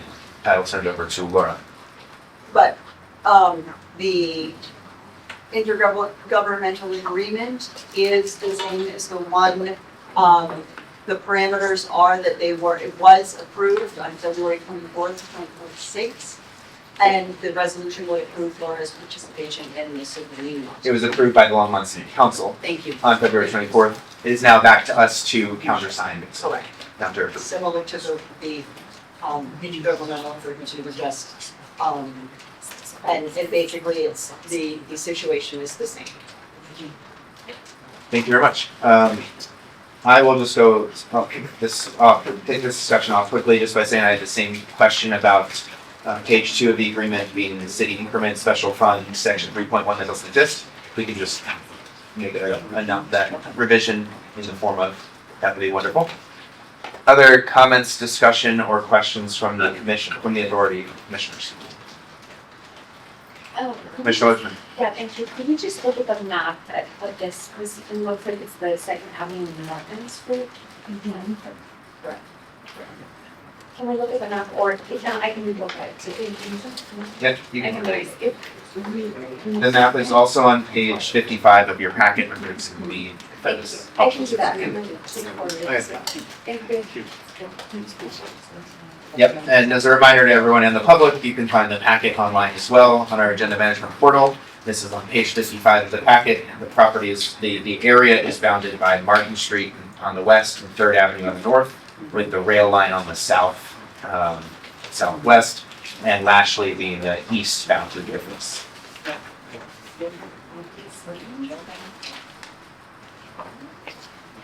And that's page 55 of your packet. Or, it's page 13 of this specific item, page 55 of the whole packet. And then, could somebody just say, in the packet that, for this particular Martin Street from 2nd Avenue, what is the proposal of development? The project is already built. This is just about The project capturing. already built, so Yeah, correct. so there's nothing being proposed here? Is that Well, right? I the, don't understand. the increment is not going to the property owner. This is to be utilized to provide funding, as we're looking at the shape, correct? In the southeast urban Brazil area. So yeah, just to clarify, what we just approved previously was a project that was proposed and seeking agreement with and use of tax increment financing specifically for their project. That was what we just approved and voted on before. This project is already built. It is at 2nd and Martin there, or 3rd and Martin. And that project is not seeking any tax increment financing from Lura. We are just seeking to start the tax increment financing clock to collect that revenue for use and on any legally approved uses in the whole plan area. More of the traditional TIF use where we're capturing it and using it for public infrastructure improvements in the broader plan area. So the money would be collected by the Southeast Longmont Urban Renewal Planning Area. And then TIF would be generated, and the Laura board would then decide how this TIF would be spent. And so money would accrue without that reimbursement mechanism in place. The money would accrue by Laura to be used on eligible expenses within the Southeast Longmont Urban Renewal Plan area. And we have discussed that we're in discussions of bringing the sugar mill into the Southeast Longmont Urban Renewal Plan area.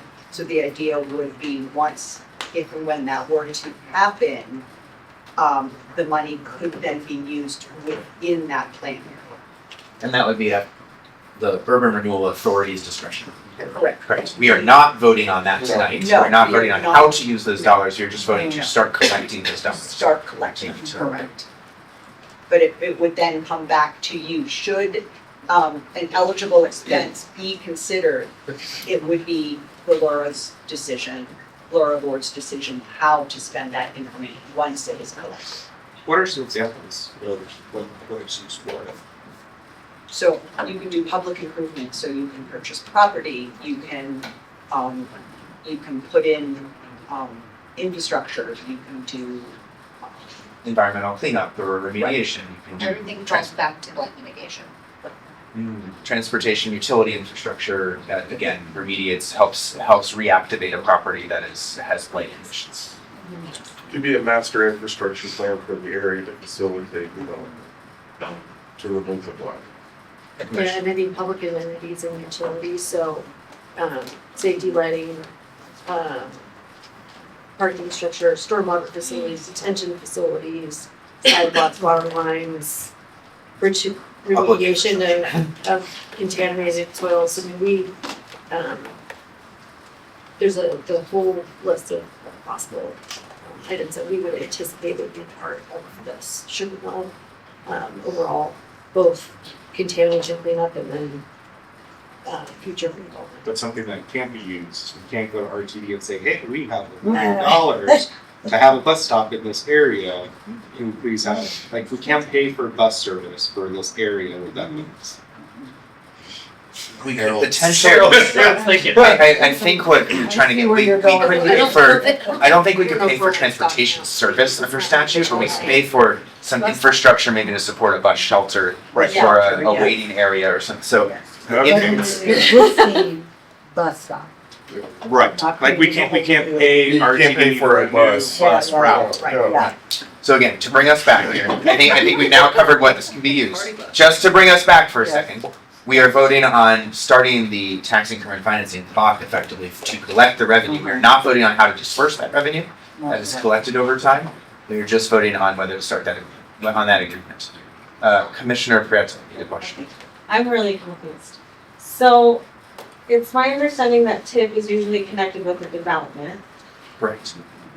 And so the clock that we're starting, is that connected to an existing It is development? connected to the project that was just built. Right there at where Third the Park. old cattle yard used to be. Yeah, Correct. was it Martin and Rogers Road?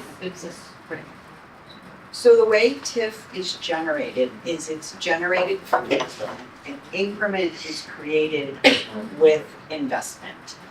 And so So I get that part, I guess, but TIF, this usually comes in before the development.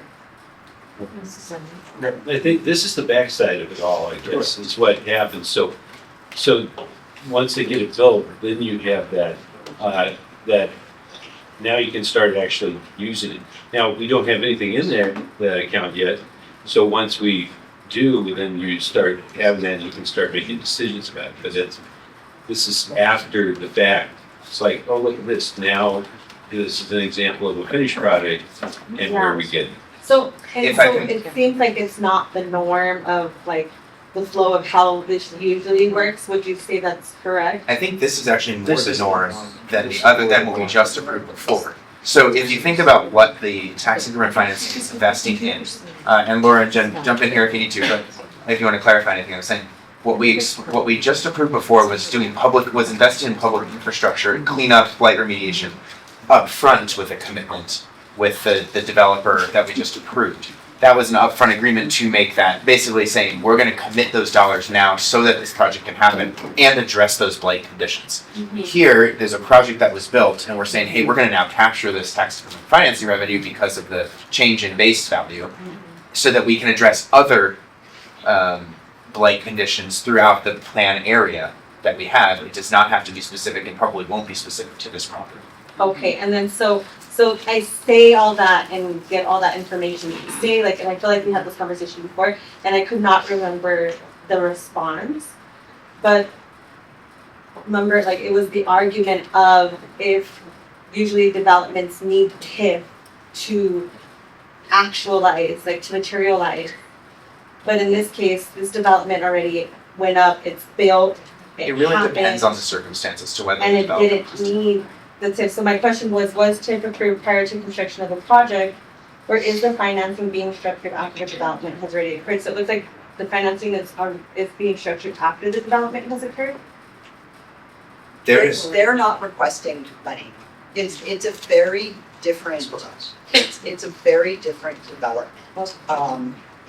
One major comparison is the garage wrap product at Nelson and Herbert. I mean, that significantly adds to the cost of the project. This does not have that situation. This is not a garage wrap. So without that significant cost, they have a very different performance.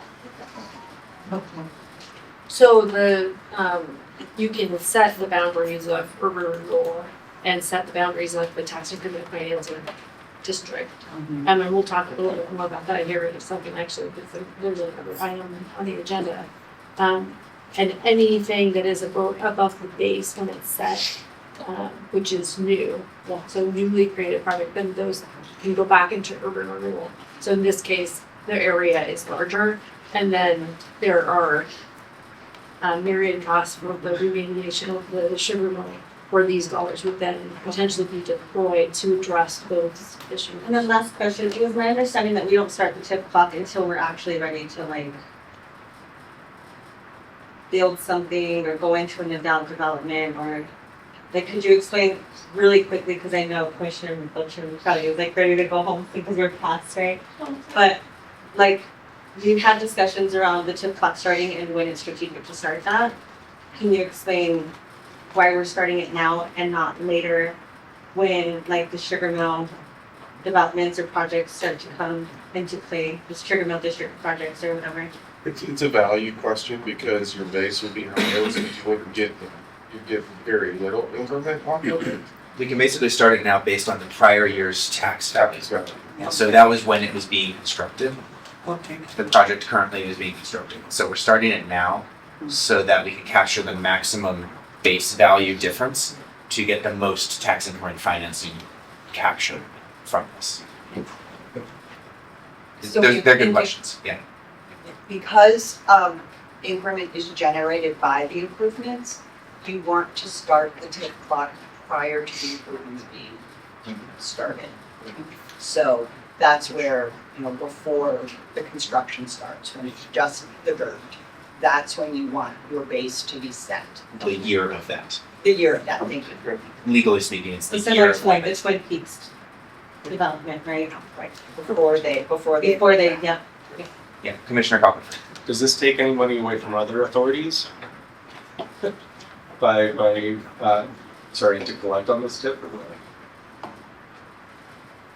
So each IG would be individually negotiated with each taxing entity. So this one is with the city, and then all of the other taxing entities would have those conversations and they're not finalized. We're having those conversations related to those agreements And so there would be a contribution from those entities that would be going into this overall sugar area, that would be used for those sugar mill potentially expenses. So that list of what we just talked about. The intergovernmental agreement before us today is just with the city of Longmont, just regarding the city's TIF.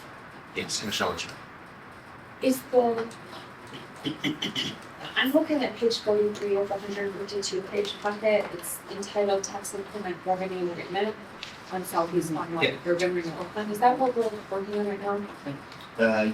Yes. Yes. And the question I have is, item A in there, paragraph A, is talking about redevelopment. It says in the to be redeveloped by one or more developers on their property as well as the mixed use development.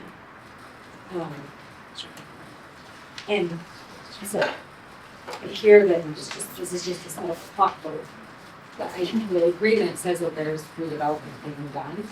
And the question I would have then is there anything in this document that addresses the concern around ownership and or affordability in whatever the redevelopment might be? This, I think I can clarify this, that this agreement is specific to the tax increment financing outlay or agreement with the city of Longmont specifically related to this plan area. I believe the redevelopment clause there, it's a good close read of that. I believe because this is considering the previous year of when this agreement starts, technically when the base year is actually factored in, that the project was not actually built at that time. And so that's why it's referring to it, it's retrospective essentially in practice at this point, but in terms of what the base year was referring to, which is 2025, that is why it's a little bit confusing at this point. But I'll just make a plug to our attorney to keep that in mind as we go forward for future projects of this. Yes. And then this agreement, to answer your question, with the city does not include any specificity about affordability as part of the city's contribution, the city's tax increment financing component with this IGA. Okay, and then it sounded like there's most likely would be, or there's a potential of this being amended to expand to the wider area, is that true? Or do you have this in template? Of this TIF district? No, this TIF district is set. But the money can be spent, because it is a TIF district within the Southeast Longmont Urban Renewal Plan area, the money can be spent anywhere within the Southeast Longmont Urban Renewal Plan area. And like we said earlier, the money that is generated through TIF, how that money is to be spent will be a decision of the lower board. So I think to your question on affordability, if we were to say, so as you expand the TIF district, so this is kind of, I'll walk you through this a little bit. If you expand the Southeast Urban Renewal to where then it does include the sugar mill area, then the money can be spent within the Southeast Urban Renewal on the sugar mill. And then if you all were then to commit money to a project, then the Urban Renewal Authority can place the requirements on affordability based on the project that you would be contributing to. So that would be an action down the road if there were another party that was receiving funds. And right now, we're saying this can happen, but we're not directing funds to any party other than them coming into the urban renewal. We're merely starting to capture funds from the city's tax increment financing leverage for whatever purpose this board deems appropriate in the future. So at this point, sorry. Yes. So at this point, there's no way to ensure that there's some type of affordability in whatever following board might do with this particular urban renewal area. That is not what this agreement currently includes. Right, I know it doesn't currently include it. Yeah. What I'm asking is, there's nothing that an attorney could add to this right now if this board wanted some kind of assurance that there would be affordability. Maybe if I could answer it a different way. So Yeah. if this IGA were approved and there were then dollars that we were, here 2 years later when there are dollars, then this board could identify what those expenditures would go to And it could be for anything that illuminates blight, which could have included affordable housing, as long as it met that public improvement definition. So in the future, if we have dollars, they could be deployed for specific uses, like all those that we mentioned, of the, the public component of an affordable housing project, those dollars could go to that. We can't earmark it now for future. Yeah, there's a point of obligating future boards that we get into. That's another challenge. I think we could have done it maybe on the front side, on the city side. So like, it's possibly part of the taxing, part of the negotiation with the taxing entities, in this case, the city of Longmont. The city of Longmont could have a restriction on the TIF that A condition. generated, it's increment, but as the, putting on my authority attorney hat, I would caution the authority from earmarking funds for specific purposes, we would limits and kind of, it strings your hands on what the money can be used for. Certainly the authority could put money to a specific fund in the future, and affordable housing might be one of it. But I would be cautious on doing it because it does bind a future awardee, and we have no plans to use these funds at the moment. Commissioner Marshall. I would ask if there are any other lights out, because I do not see any lights, but I also don't know if there are hands up. Okay. Were you going to make a motion? Yeah, I see this as a significantly more traditional and a use of TIF that I'm much more comfortable with. I move for a resolution number 2060. Second. We have a motion from Commissioner Marsing with a second from Commissioner McCoy to approve resolution 202603, approving the tax increment under the agreement with the city of Longmont with the Southeast Longmont Urban Renewal Plan Tax Increment Financing Area Number 1. Is there discussion on the motion? See no other, I will just echo what Commissioner Marsing said. This seems to me to be is a very consistent use of TIF here as well. And it gives us ample opportunity to figure out what we want to spend this on in the future. We are capturing revenue for public improvements down the road, including maybe the road. See no other discussion. We have a motion and a second. Let's take a vote. All those in favor? Aye. All those opposed? The motion carries unanimously 10-0 with Vice Chairman Gilbray out. Not present. Recused. Thank you. Outside.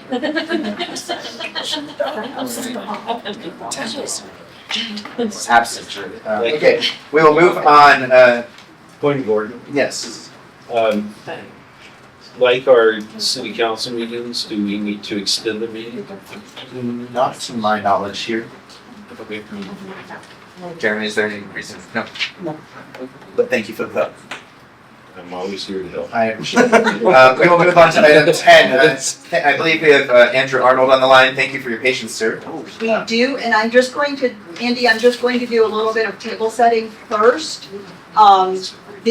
We are going to be talking about a new urban renewal plan area, the First and Main Transit Center urban renewal plan area. And I mentioned some projects that are going to be within this urban renewal plan area or adjacent to it and impacted by. So I just wanted to bring your awareness to some projects that are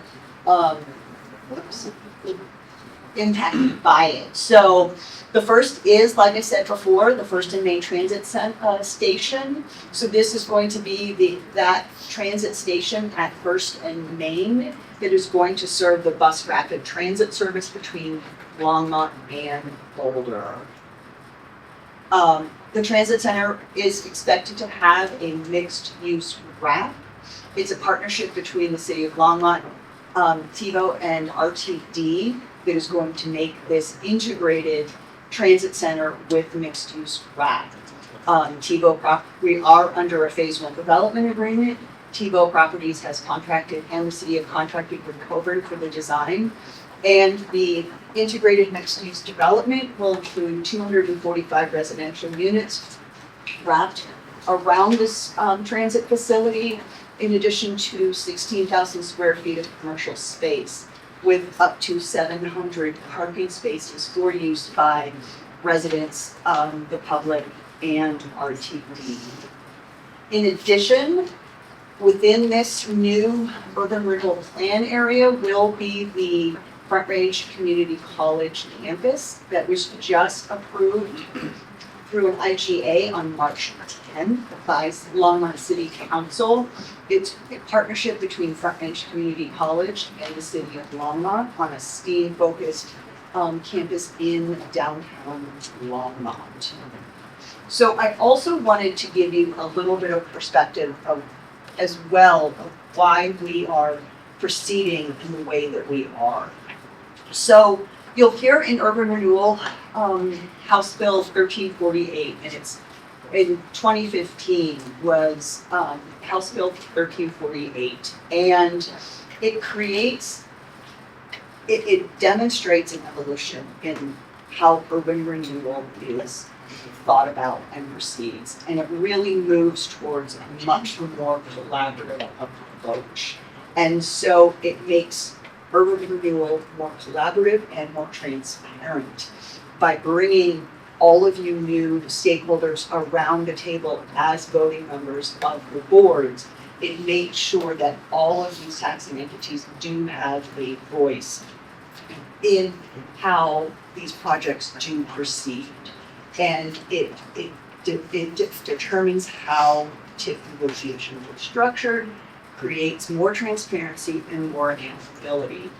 And how this impacts us is that it applies to plans created after January of 2016 or plans that were created prior to that date but are then modified.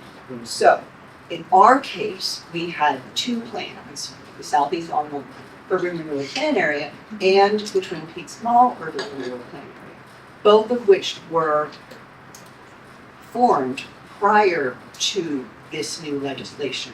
But because it applies to plans that are modified, if we do anything like starting a TIF clock, we would then have to create modifications. And that's how these two prior modifications were structured, is the TIF Area 1 and in the Southeast Longmont Urban Renewal Plan Area, as well as TIF Area 2 in Twin Peaks Mall Urban Renewal Plan Area. They were structured as modifications.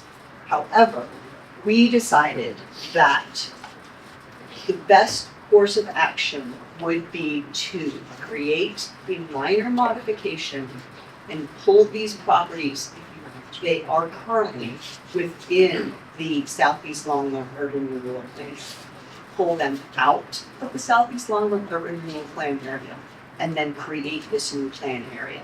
And you do that because you cannot have two overlapping urban renewal plan areas. So Andy, I think that gives you a little bit of table setting on our thinking on why we went this route. And now I am going to introduce Andrew Arnold with Pioneer Development, and he will be explaining the condition survey, impact report, and urban renewal plan that he has created for the. All right. Can you all hear me okay? Yes. Yes. Yes, thank you. All right. Well, thank you so much for allowing me to join you this evening. I know that those plans are quite long in your agenda packet, and you've been here for a really long time already, so I'm going to try to go through this as quickly as possible. I have a slide deck for you. It's about 25 slides. We're going to take about 15 minutes explaining what Laura just explained regarding the first main urban renewal plan. As I'm pulling this up, I'll just introduce myself. My name is Andrew Arnold. I run Pioneer Development Company. We're a consulting company based in Colorado. I actually live in Durango, although I'm calling you from a hotel room in Grand Junction right now. But I work with most of the urban renewal authorities throughout the state, and we help put these documents together when you're trying to form a new urban renewal plan. And so I'm just going to walk you through this statutorily required process, and hopefully be able to answer any questions that you have about this, potential new plan area. So, hopefully you're seeing my screen. Yes, we are. Great. We're really just 5 different things here. First, I'm going to very quickly walk through the steps in building a new urban renewal plan. And I gotta say, this board, I'm really excited to talk to you. You're very inquisitive about the urban renewal process. And so hopefully this can, highlight, how we form a new plan area, some of the things about the strategy behind it. And then we're going to get into these 3 required reports. We're going to talk about the condition survey, the impact report, and the urban renewal plan document. And finally, we'll go into some next steps very briefly.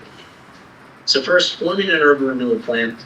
I have a very simple analogy for this, and that is there's about 3 legs to a stool that holds up your urban renewal project, and each leg of the stool is represented by a statutorily described document.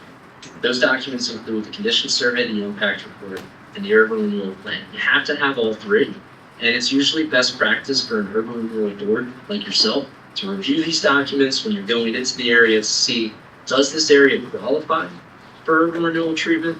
What are the future tax increment financing projections if you're going to authorize it in this plan area? What are the impacts to the taxing entities, the city, the county, the school district, the special districts that levy and ad valorem property tax within that area? And then ultimately, what are the goals of this plan? And how does it align with your city's comprehensive plan? And so we'll walk through what these 3 documents are. And this is part of an urban renewal planning process. Usually what happens when forming a new plan area is that you start with the conditions. There are statutorily described lighting factors I'll get to in just a second. But that condition survey tests and sees whether or not there are blighting factors present within an area. And it is the board's decision to determine whether or not those factors are indeed present if the area qualifies for urban renewal treatment. The other 2 processes are this plan document. You can think of it as like a mini comp plan for your urban renewal plan. And then also the impact report, which is probably the most technical of the documents. You're trying to project what can happen in this area for 25 years. And I don't have a crystal ball, but like Harold said earlier, these are just models, but we try to be conservative about these projections. And then finally, when you have those 3 documents, you can start the process of negotiating revenue sharing agreements with the taxing entities, and then ultimately going before Planning Commission and then City Council to approve the plan. And so First and Main. First and Main is about 28 acres and includes 19 parcels, as Laura described, that are actually currently within your Southeast Longmont urban renewal plan. Now, we are not going to talk about modifications tonight. We are assuming that these parcels are we're looking at them and but this is the boundary of these areas, these 3 parcels, and you might recognize what Laura was talking about. I couldn't actually see the screen, but hopefully you saw some type of location of this potential RTD transit center and multifamily wrap that's on the western side of the plan area. The FRCC proposed development and office development in the middle of the plan area, and then multifamily development at what we call Boston Station. And so what we started with is this condition survey. And just so you know, the condition survey is not a survey. I do not go out there with trimble gear and try to figure out topography or anything like that. What we're trying to figure out is, are there factors present in this area that are described as blight by state statute? And I know I grew up in New Jersey, so when I hear blight, certain things come to mind.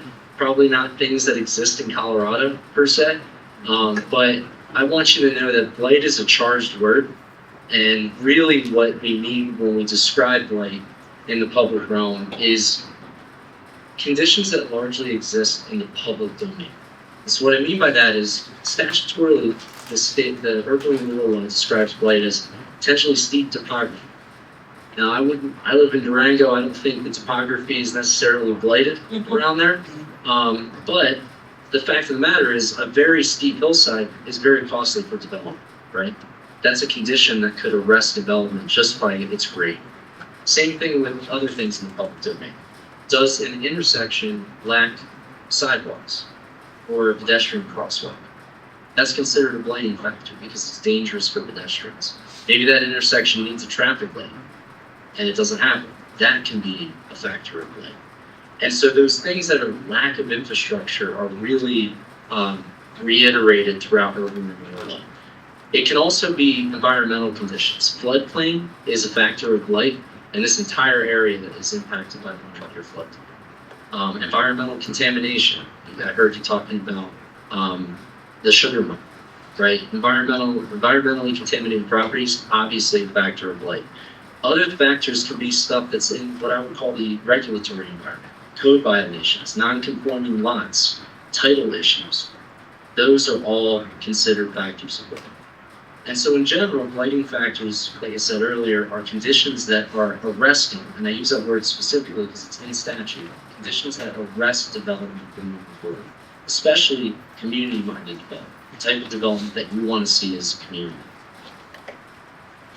And I'm a track and field nut, so you're going to have to just bear with me through this analogy. But the idea here is that all these factors of blight, there's about 11 in statute. And so you need to clear a bar, or an urban renewal plan area needs to clear a bar where there's a certain number of factors found in that area. And if that area clears that bar of factors, it's eligible for urban renewal treatment. And the bar is 4 or more factors. So if you find 4 or more blighting factors in an area, that area can qualify for urban renewal treatment. I am the, I guess that's a lady sitting in the chair, gauging whether or not the pole vaulter is getting over that bar. That's my job. I go out there and I figure out, do we have 4 or more factors within the area? And what you see on your map here is a bunch of colored dots that represent each one of those statutorily described blighting factors. What we found were about 8 blighting factors throughout this area. You'll notice that the area is slightly larger than the final plan boundary. That's very common when doing condition surveys. But you can see that those properties involved with the RTD Transit Center, there's a significant amount of underutilization. There's deteriorating structures in certain areas. Kaufman Street and the city's desire to expand that right away, that's a street that doesn't exist today. And so that is an inadequate street layout because the city is making strides to try to make a right-of-way connection in the backside of this lot. There are faulty lots in this area, site deterioration. And then there's even some evidence of environmental contamination. We use an EPA database that shows that there's underground petroleum storage tanks in specific areas. Those are those orange dots. And then finally, you don't see this on the map, but almost all of these properties are impacted by the 100-year floodplain. And so collectively, what this means is that there are enough factors of blight that we found for this area to qualify as a new urban renewal plan. And this is the table listing exactly what factors we found, factors 1, 2, 3, 4, 5, 6, 10, and 11. And that is in your reporting packet. But given that you don't want to hear me drone on and on about blight, I'll move on to the impact report. So, as Laura was describing earlier, there is development being contemplated in this area. And really what's triggering this development, at least from my perspective, is a major public improvement. Right? This RTD Transit Center is essentially a catalyst for all the development within this area, a public improvement that can catalyze private investment. That is basically proof positive for why you would utilize an urban renewal plan. And what the impact report is trying to do is it's projecting over 25 years all of the property taxes, sales taxes, and lodging taxes. I know we don't have hotels here, but if you did, you can imagine that would be projected. That could occur over 25 years. And so we forecast that tax environment, and then we also evaluate the impacts on the city, the county, the school district, and the special districts within this area. And so just to highlight again the plan area and its boundaries, the way I look at it is that development can proceed in essentially 3 phases. Phase 1 would be illustrated in green. That's that RTD development that includes a multifamily wrap, with multifamily apartments. There's also commercial space on the ground floor that's being programmed into the site that could include commercial office space and commercial retail. The purple parcels in the middle are largely going to be tax exempt, right? This is supposed to be an academic facility, higher education, but there is one of the things that we projected was about 60,000 square feet of taxable commercial office space in this area. And then finally, On the east side is the Boston Station Apartments. This would all be multi-family development. So those are the three phases, and this is how we projected in the impact report. You think of them as three dominoes falling towards the east. This is a summary of that development program. Phase 1, 245 units, 6,673 square feet of office space. We assumed 9,500 square feet of commercial retail space, although those numbers can shift. Phase 2, 60,000 square feet of commercial office space, and Phase 3, 371 units. All of that brings us to a grand total of an estimated value of almost $260 million of real estate investment in the First and Main area. And so we take that estimated value and figure out what does that mean in terms of property taxes, sales taxes, and so forth. And the way to do that is by looking at basically your property tax bill. What are the taxing entities that collect property taxes within this area? The taxing entities are listed in this table here. The first three are actually all the school district. They're just broken out. The school district has three distinct mill levies. We talked about it a little bit earlier tonight. You have the School Finance Act General Fund levy, the mill levy override, and the bond redemption levy. And then you have Boulder County, City of Longmont, St. Vrain Left-Hand Water District, Northern Colorado District. RTD is present but doesn't levy a property tax mill in this area. Same with the Longmont Business Improvement District, and then the Longmont Downtown Development Authority. And I just want to make one last caveat, is that this impact report assumes that all of these parcels are part of the Longmont Downtown Development Authority and have been annexed in to the Longmont Downtown Development Authority. That has not quite happened. Only a few of the parcels are within the DDA's boundaries, but for projection purposes, we make that assumption. And now we get to the tip revenue estimates. Now this is probably small on your screen and you don't have to go through everything, but here are the highlights. Right now, that First and Main area has a taxable value of about $3.6 million. When all of this development is completed, that taxable value will go up to about 21 to 22 million. And you might be like, Andy, why do you have all these different assessments? Well, you can thank the new school assessment rate in the state of Colorado for that. The residential property gets assessed at a different rate than it does for local governments. For any case, I don't want to bet to you. The idea here is that we've got $55 million of tax revenue that can be generated in this plan over area over 25 years. And to help us put that number into today's dollars, we discount that back. We use a discount rate that can basically model it. If you were to bond off of this revenue, what would it be today? And that present value is about 22.1 million. So this plan area can generate a significant amount of money, but keep in mind, we're assuming 100% participation from all the tax entities. And we can't just assume that, because that's why we do the impact report. All of these tax entities were evaluated, and again, this is very small, but I just want to highlight something there. We compare the AV of this area, the assessed value, the property taxes, and the sales taxes that this development within this plan could generate for 25 years. And we compare it to what that district collects on an annual basis. And what we find from a fiscal standpoint is that this plan is a low impact fiscal every single district, with the exception of the Downtown Development Authority. If we were to annex all of this in, the Downtown Development Authority's AV, assessed value for its district, would increase by about a quarter, 25%. Its annual property tax revenues could increase by 22%, and that is classified as a high level impact from the fiscal standpoint. What that means is that we have to negotiate with the taxing entities regardless. So if we were talking to Boulder County, we would say that this plan area is a low impact to you fiscally, and it's one of the reasons why you should support it, because there's a public benefit to be had, and it can't move forward without the CRA plan. When we talk about the Downtown Development Authority, we might have a more nuanced negotiation. Andrew, can you pause for a second? Yes, sir. I just want to see, we've gone through a lot of information already, and I just want to see if there are any questions at this moment. I do. It's a question for our team, not for Andrew necessarily, but it's the Boston Street Apartment piece. And actually, this is going to sound silly. Do we have any rough estimates on the size of the prairie dog population that is on that lot? I know that seems silly, and it's not, I mean, it'll be a point, it'll be an issue. It'll be an Yes. issue. It's that site between Boston Ave and Boston and First. It looks like a really large Yeah, population. so, When I walked around it, there were a ton of prairie dogs. Yeah. Here's why. You're not helping either.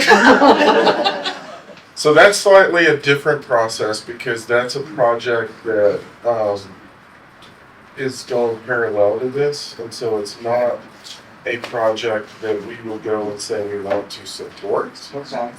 It's a project that's going forward on its own, so they would have to meet all the prairie dog requirements and really. So it's a separate process. It's a separate process. It is included in this, so just like we talked about with Martin, so when it comes on board, then we can have the value of the increment generated on the property to support Front Range Community College and the transit station. So, but it's a. The developer would have to go. They're on their own, they're on Not their a own. problem. There's no agreement with them in terms of. And they would be required to follow all applicable city of Longmont standards that include prairie dog specific. Yeah. Thank you. Good questions, so to be clear, Yeah. what we're talking about in this is not to support that. Yeah. Thank you. That will support everything else. Thank you, Commissioner Marson. Great question. Other questions at this time? Commissioner Lichman. Thank you, thanks, Andrew, for the presentation. I have two questions. One is in regards to what you're showing as a total commercial office square footage at 66,000 square feet. Do we know what was the estimated square foot that Front Range is using for that phase two? Is that part of it, or is it? No, that's separate. So they're working through that right now. I would say generally probably 120 to 130,000 square feet. Okay, and so the other question I had was in the report, now I just can't find the right page, but there was several different photos on, there might be several pages like that, but there was one of them, it was a left box and it said, current commercial vacancy as one of the pieces that you review to determine if there's light. And so I'm just trying to figure out what that concept might be if this is proposing the 66,000 square feet, if I'm understanding this correctly, the commercial office space. It'd be helpful to know what's our current in the city of Longmont, what's the current vacancy of commercial space. And are we taking that into account in any way? The way I've heard this presentation so far, and there might be more here, is an assumption that all these square feet are going to be rented when you get to this total revenue generation. But there is a possibility that the vacancy would affect all of the partner entities from a tax revenue. I was gonna let Andy jump in. Yeah, and- there's two questions. But I will just address the first one and then maybe Andy can follow me up, is that these are kind of the taxable components of new that is being modeled as part of the impact. It doesn't include, like property that would then not be taxable, so from Range Community College, that would not be taxable and it's not included in this. And then Andy, I don't know if you want to answer the question about what else you're looking at in terms of vacancy and that kind of thing. Yeah, that's a great question, because really what you're asking about is how do we value these properties given, market considerations. There's three ways to value a property or to assess a property. One is a sale, right? If a property sells for a certain amount, that's basically its actual value, and you tax it based upon that actual value it's used as assessment. Obviously, none of this has been built, so we don't have sales, to go off of. There's the cost approach, where we can look at how much does it cost to build that property, and that's often what the assessor will use for initial development, right? Especially commercial development, because we only know how much it's worth based upon how much it costs to build. Again, we don't have detailed construction cost estimates at this time, and so what we use instead is called an income-based approach. An income-based approach is where we take commercial real estate and we look at average rents for commercial real estate based on use. So you mentioned office space, right? We looked at Longmont's asking or current average asking rents, for office space, and we also take into account vacancy rates within the city. Because what we're trying to do is figure out, if I had 66,000 square feet of commercial office space, what does that office generate in terms of revenue? And then using all of these market constraints, we can estimate what that value of that commercial development is based upon its revenue generation, and things called like capitalization rates, things like that. And that's what we use to evaluate office.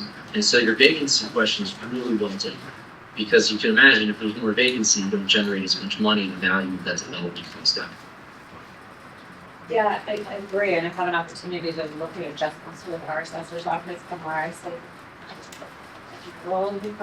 So there is a real multi-million-dollar impact. Yeah. So when they look at that, when they go into what you're building, then you're running market studies and looking at what the market can take and what exists in the market. And so in this case, just understanding why the 60,000 is because there's something that's occurring in Front Range where there's a natural synergy for locating businesses that want to partner with Front Range in terms of job training. And so this is where it won't look like typical office. And the one thing that we already are seeing in the market studies, there's not a lot of Class A, actually, probably no true Class A office space. And so that goes into the financing down the road, when you're trying to look at how you're building that and what your market studies want to say. Thank you. Thank you. Commissioner Parker? And I apologize if I didn't know, Commissioner, you worked in the assessor's office, or if I heard that right, so didn't mean to tell you things you already knew. No, I don't. The assessor's office is the floor down from where I sit.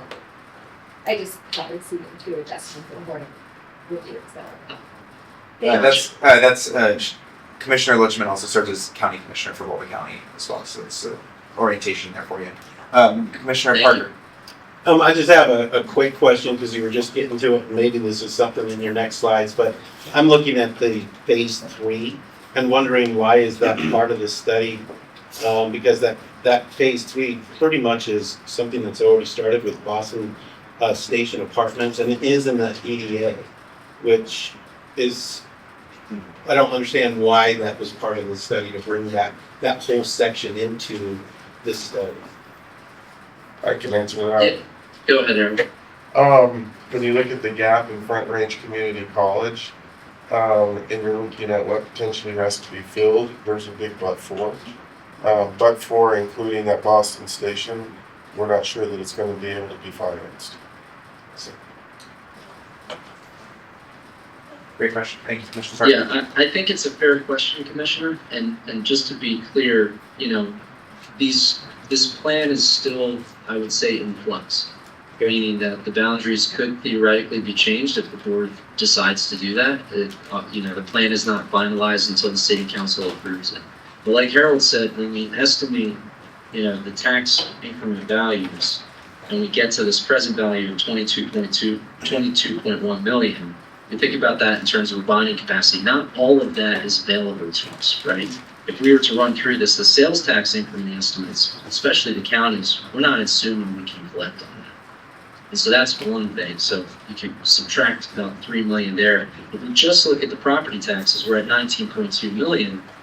But again, like you talked about earlier in this evening, the school district's mill levy for the mill levy override and the bond redemption levy, we cannot collect on.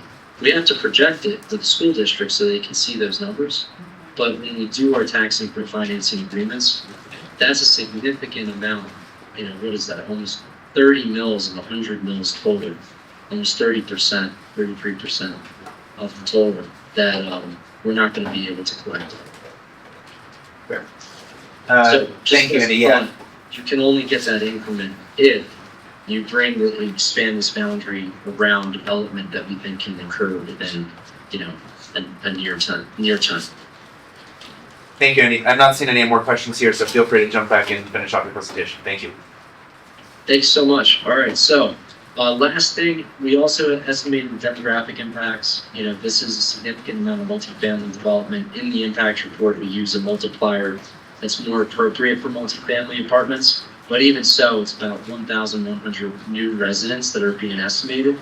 And although these are apartments, there is a chance that there's going to be K through 12 students, and so using that multiplier, we're estimating about 180 new K through 12 students to the St. Vrain School District. While those are large numbers just on their own, when you compare them to the school district population and the city's population, the Portland County's population, these are low impacts from a demographic standpoint. And so finally, the urban renewal plan document. I mentioned before that one thing that statute says an urban renewal plan document needs to have is goals. It needs to talk about how this area is eligible for condition surveys, but most importantly, how does it align with the city's comprehensive plan? And so we have a document that goes through in detail all the different guiding principles, the goals, policies, and objectives that align with this type of development, this type of plan. But just to give you a quick highlight, the guiding principles 1, 2, 3, 4, and 6 really align with what this plan is hoping to achieve. It has a lot to do with multimodal transportation, with better connectivity, creating infill development and creating livable centers within the center of the city. And it also aligns with the city's multimodal transportation plan, roadway system plan. And going back to the prairie dog question, not to belabor that point, but just so you know, the urban renewal plan document is subject to Longmont's municipal code and all of the secondary codes there. And so it doesn't supersede any of that. Any of these developments still have to go through that entitlement process. And so finally, this is our last slide, and it's just talking about our next steps.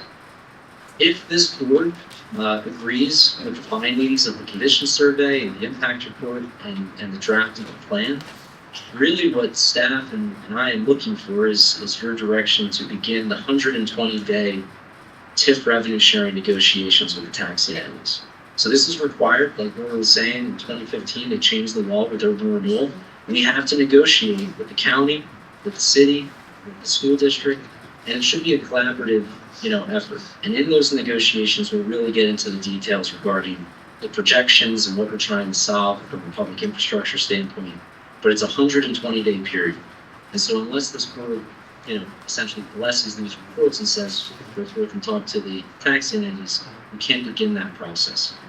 We would have to then also finalize the SLRPA, I'm using that adjective lovingly, modification, and pull these parcels out of it. Then evaluating development reimbursement agreements, getting into the needs of the developer, and then once all of that is ironed out, you can go to planning commission. They want to make sure the plan aligns with the comp plan, and then finally they will recommend to city council approval, and city council will make the final determination on whether or not to approve this plan. So sorry that took a little bit longer than expected, but I am here to answer any other questions you may have. Thank you, Andy. I appreciate you laying that out. So item 10 as a reminder, now that we've had the presentation, is ultimately an item to acknowledge the findings of blight as presented here in order to authorize the Longmont Urban Renewal Authority staff to begin negotiation with taxing entities following the next steps that are here. So ideally, we'll get to a motion on that at some point. I do want to open up if there is question or discussion from commissioners. Commissioner Colvin. I have a question. I don't know if we can go back to the map with this anywhere. One of my concerns is how do we strike a balance with LDDA and this new area and affordable housing? Because I know affordable housing kind of cannibalizes revenue coming into the city, also LDDA. I feel like I'm on a three-wire world because I want, to me, this is a great area for affordable attainable housing, but then it does take away some tax revenue from some of these entities. And I want to make sure that it's affordable attainable, but I also want to make sure that we're giving money to the development district, because that money does go towards keeping the area looking nice, and I want to make sure that we're also doing what's right for us as well. So I commend you all for the negotiation that you're going to have to do in the near future, but I want you all to keep in mind the money that we're going to be asking for and who we're going to be affecting, whether it's low income or businesses. So if we be mindful of those things. So to answer your question, it is if you have. Glad you're able to. So if you have, let's say if you had an affordable housing project, what you could do is go into pro forma and create a pilot fee that essentially Pilots functions- payment of of the taxes. which essentially functions in the same way in terms of what that pro forma could absorb. The areas that we have identified in terms of what we actually control, and is limited in terms of what we can do. Most of the property that will be under the control where you can truly dictate that is going to be eaten up in Front Range in the commercial activities that will occur. Because it's just 160,000 square feet takes up a lot when you're factoring all those other components. And so I think that will inherently be a limiting factor in terms of what can come in this area. The big swath where if we controlled it, we could do that. We don't control because we don't have ownership interest in that. That's just a project that is on its own path through the normal development review process. We're literally just grabbing the increment in order to support the Front Range project and potentially the transit station project. Because what Andy's talking about, this is the front end. We're also running pro formas on the parking structure and the RTD parking garage and assessing what can we afford to do. We're getting pretty clear-eyed that Teresa and I both think we can do the 200 contractual spaces without a lot of increment, but that's a pretty bare bones basic parking garage with nothing around it, which then starts impacting what is going to occur over time in the area. If you're starting to add all these other components, then that cost starts going up dramatically. So we've modeled it at 200 spaces, we've modeled it at approximately 370 spaces. I can't remember the number. In 731, depending on what's involved, 731 supports parking for Front Range at the same time. So we've got different models. So to Andy's point, now we're looking at what can we issue on debt and what we can cover. I'll tell you, the margins are tight. And so but that's a separate conversation from this. We're building all of that to then have the conversation with the tax limits. I can very clearly tell you today, if we don't have everyone that can participate in this, it is highly unlikely that we'll be able to hire. I don't see a financial way that we can get Front Range into this location. So I'm going to jump in for two reasons. One, I just want to remind folks in the agenda, we do have our next and last item is a presentation and discussion on housing. Somewhat based on feedback from Commissioner Loachman in the past, from Commissioner McCoy in the past, Commissioner Christ in the past, the previous Laura in the past, and it's going to build on a lot of the threads of conversation we've had today already. So I'm going to suggest that if your question is about housing in this area, unless it's specifically germane to whether you're going to approve this or not, then you hold on the housing questions going forward until we actually have the discussion on housing. Not to truncate this, but just from an efficiency standpoint, because there will be more context on how the housing equation is built here that may be more thorough in. I'm not trying to say don't ask on this if it's relevant to your vote on this, but if it's more on the broader housing strategy, I'd suggest that will be most effective and efficient coming out of the conversation that Molly's going to lead us in the next. So just wanted to keep everyone oriented on kind of where we're headed today. Commissioner, yes. One question about housing? This is my question. No, I do have a question about for Harold or staff. When we're looking at this area, Mr. Chacon, Tony Chacon mentioned last Tuesday that he was concerned that some of the spaces around the highlighted areas were not being included, if I understood him correctly, and how if we don't include these, it could significantly impact the city's availability or ability or developers' ability to develop that land in the future. And so I guess my question would be, if the report was the report done on all this land or just the highlighted areas? Could it encompass in case we did want to develop some of that in the future? And Oh, Andy, can you go back to the one of the ones that has the blue that shows the area that you did the condition survey on? So I think there's a couple questions there, and I stood up because I think it's going to be easier to talk about if I'm standing up. So when we did the condition survey, this is all of the area where Andrew went out and looked at it, and this is specifically for whether or not there's blight. And then that other map that's in purple, and if you want to go to that other map, that is the area where we would be able to collect tax increment from. I think Mr. Chacon's question was a little bit separate from this one, in that I think he was concerned that there are parcels that are outside of the area that was identified as the area for the project. The Front Range project, I almost said Project Bull. The project that he was talking about, there are other parcels that he thought might not ultimately redevelop.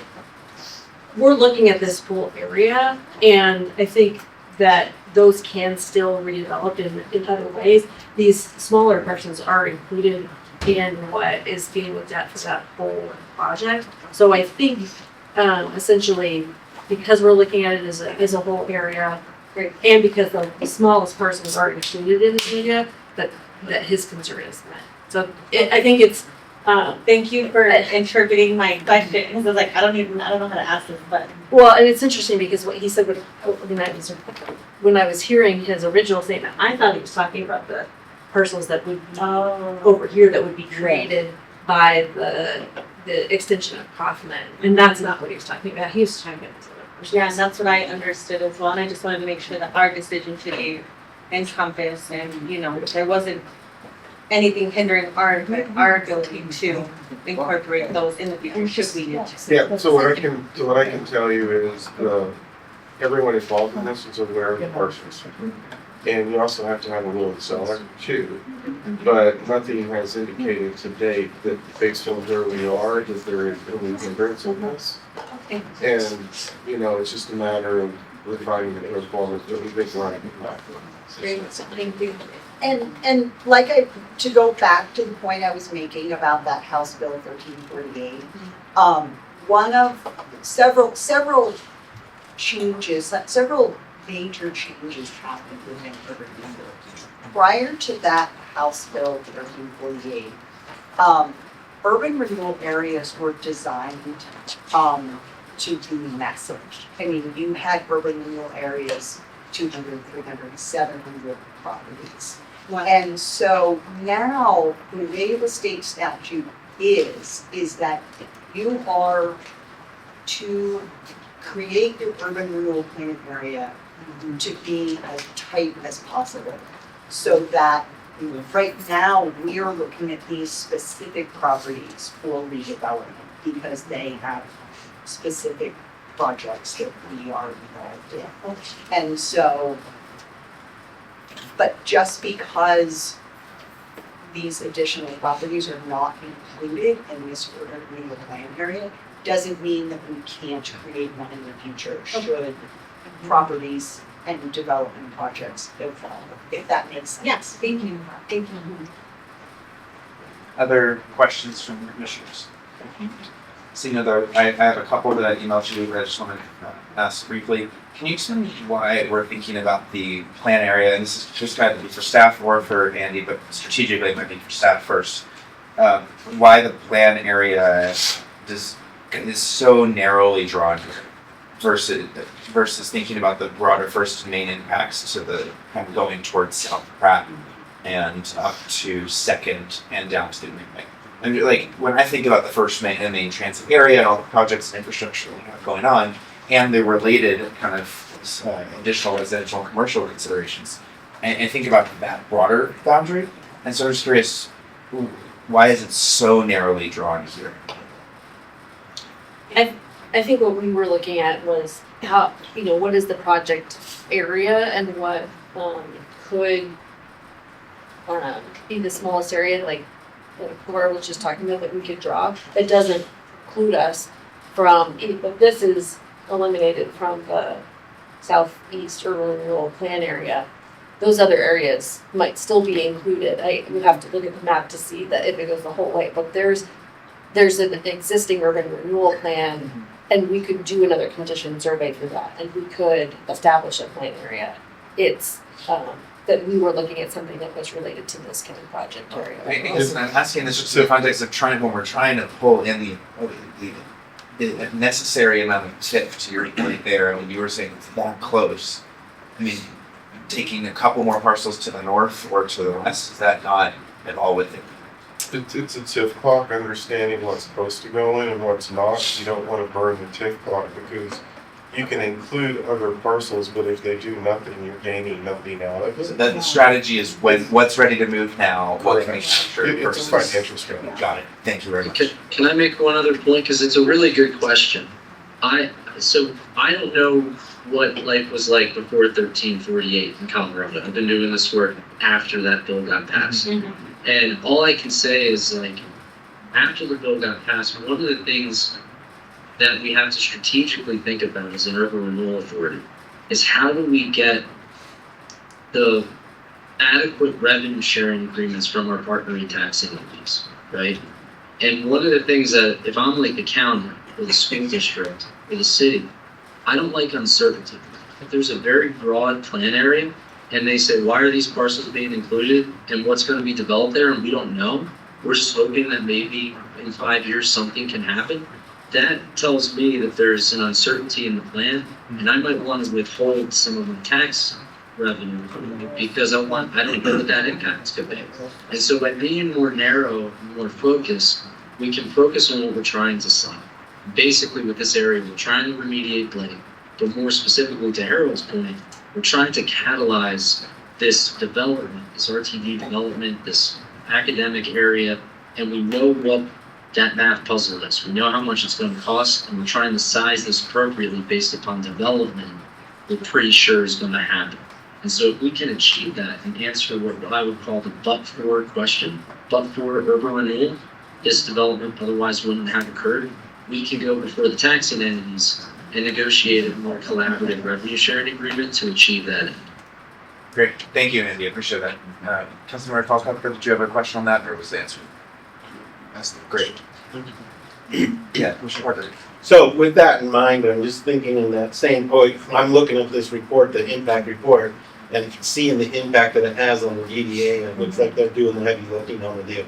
And so when I look at that, I mean, considering to the other points that if you stretch that to the east, to connect it with the steam that we were just on, is that another way to grab what we're gonna need to do, but not have such a heavy hit on the LDA? Because in this report, it's telling me that this has to be carefully negotiated because the DDA might not be able to move the operational debt expenses. And before you speak to that, maybe I'll pile on to this question regarding LDDA here. The report also states that the authority and LDDA should share property tax levy directly. And it makes assumptions, I presume, from a maximalist standpoint, just to understand the total potential impact. I believe that's where you're going. But can you speak to the conversations as well that you've had with LDDA on this planning process about the condition survey and plan area? So. I can start with that. I think staff probably has had more conversations. I just want to address the impact in the report, what our finding was. You're correct in that, and I wanted to highlight that the fiscal impact is high. Like, this is a large, if this gets built out, it's a big increase in the LDDA's assessed value within the boundary. And so that is something that's pretty much like draws attention, right? Like given that this is going to generate a lot of revenue for their mill levy, is this actually going to create a negative fiscal impact in LDDA? My assessment is that it doesn't have to. And the reason for this is because if this were to be annexed in to the LDDA boundary, really the question becomes, is the LDDA leveraging the TIF in this area to support the project? Or is it the urban renewal plan that's leveraged on TIF to support the project? And I would think that this project does align based upon their plan, the plan and development documents, aligns with the LDDA's mission. And so also the LDDA has a longer timeline that can be extended beyond the urban renewals timeline. Urban renewal plans can only last 25 years. LDDA's, or downtown development authorities, typically 30 years, and then you have the option to extend. And so the idea was that if the LDDA participates and you come to a revenue sharing agreement over its 5 mills, then this project can move forward. And when this project sunsets, all of this net new assessed value can continue to be collected as increment by the Downtown Development Authority. And so it would actually be a positive risk impact in the long run to the authority rather than a negative. Well, what would the short term be? Short term is getting a catalytic development in your boundary. And I would say that we have had a few conversations with Kimberly and Keys here. We would, if this moves forward, would continue that and have negotiations moving forward. And we have had some conversations in advance of this because we wanted to be a good partner and to have an opportunity for us to talk about this before it was brought here today. So if this moves forward, it's a negotiation just like those IGAs that you just approved. We would be going to the taxing entities, including the DEA, and negotiating. I think, Jim. Commissioner Parker. I think. Other questions from commissioners on this? Seeing none, is there a motion? I'll make a motion to accept the findings of blight and to authorize staff to engage in negotiations with tax amenities. Second. Thank you. We have a motion from Commissioner Hidalgo-Ferrian and a second from Commissioner Marsing to acknowledge the findings of blight in order to authorize local staff to begin negotiation with tax entities. Is there any discussion on the motion? Seen a resounding chorus of no. Of one, yes. Commissioner Larkin. I heard the ask not to talk about housing in this piece in like the presentation, which has been delayed already one time, so I respect that and ask. And I just want to state again that, in my opinion, if we don't put the housing piece into the conversation and the design and the planning, it won't happen on this part of the table. When we look at even just the items that we did tonight, 10, 15, 20 years from now, all of us sitting at this table won't be at this table anymore. But we will be living hopefully in this area, and I think we're going to be slowly disappointed what we missed from our ability to home ownership aspect of this amazing development. So just go ahead. I appreciate it. Thank you. See no other discussion. We have a motion and a second. All those in favor? All those opposed? The motion carries unanimously 10-0 with Vice Chair McGilvray not present or recused. Thank you very much. Thank you, Andrew. I appreciate your time and for your patience tonight. Thank you. Thank you. Thank you. It was nice meeting you. McGilvery in the hallway. Commissioner, Vice Chair McGilvray is allowed to come back now. However, he texted me and said his dog ate his packet. No, I'm just kidding. Yeah. He said that he had a family issue come up, so he did have to leave at this point. So, or now, 45 minutes ago. So he will join us next. I'll keep you posted. We now move on to item 11 and our final main item on the agenda. Tonight. Special reports and presentation. This is a staff presentation on affordable housing from the Director of Housing and Community Investment, Molly O'Donnell. Take it away. Actually, I'll just wrap it up just briefly. Sorry, I'll just wrap it up and just because you've seen all of this before, just reminding you all what this looks like to create this new urban renewal area. So what we've done is we've identified it, and then we're going to go into the step 2 of notifying taxing entities, negotiating the agreement, working with planning commission, and then going through city council to approve and then implement the plan. So that is where we are in the process, and this graphic you've seen before, so just really putting that table setting again, so we've done the 30-day notice, we intend to conduct the blight study. We've conducted the blight study, and then we need to send the ones, because we have that authorization, we can send it to the county to start the 120-day negotiating period. So that's where we are in the process, and that's what we have left to do. So, sorry, I'll take it away on yours. And Thank you. Okay, everyone, Molly O'Donnell, Housing Director. So this first slide here is just an overview of Longmont's Housing Toolbox. I went over this at your October meeting as an intro to what Longmont has pushing the affordable housing realm. For sake of time, I'm going to just let you come back with questions if so, but really the message here is our housing toolbox is broad, ever growing, and also still always a need for new tools in the toolbox to help make it happen. So I think that we bring this in a number of ways through funding resources, land development incentives, trying to partner public-private partnerships to bring it in, public-public partnerships to help bring affordable housing together.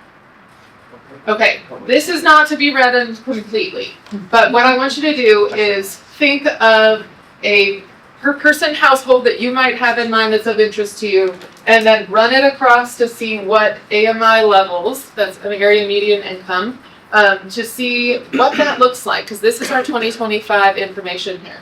So on this side, this is just what our bands of all of our definitions are. So up here at about 120% AMI, that's attainable home ownership. Attainable is also workforce, middle income, there's a bunch of different words for it. At 100% AMI, this is where we're talking our median household income. So half of Longmont makes more than this, half of it makes less than this. This is also the limit for eligibility for Prop 123 funding, that's state funding.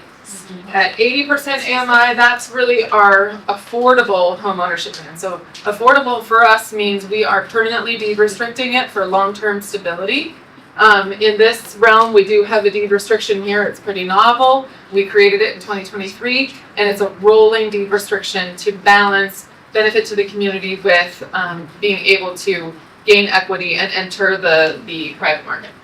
At 60% IMI, now we're playing in the affordable rental realm. This is for tax credit eligibility and Prop 123 funds. And then in Longmont, we call 50% AMI meeting our code requirements for permanently affordable housing, because that matches what our housing needs assessment from 2023 and even way back in time into the earlier 2000s shows that that's where Longmont's need is the highest. So that's where our inclusionary housing requirements are all set. And down here at about 30% AMI, that's some of our highest demand rental for our lowest incomes. This is where vouchers come in for households that are eligible for that. And this is super hard to build. Molly, if you could just summarize this chart in like one or two takeaways for us and the public of like, what do these numbers actually translate to?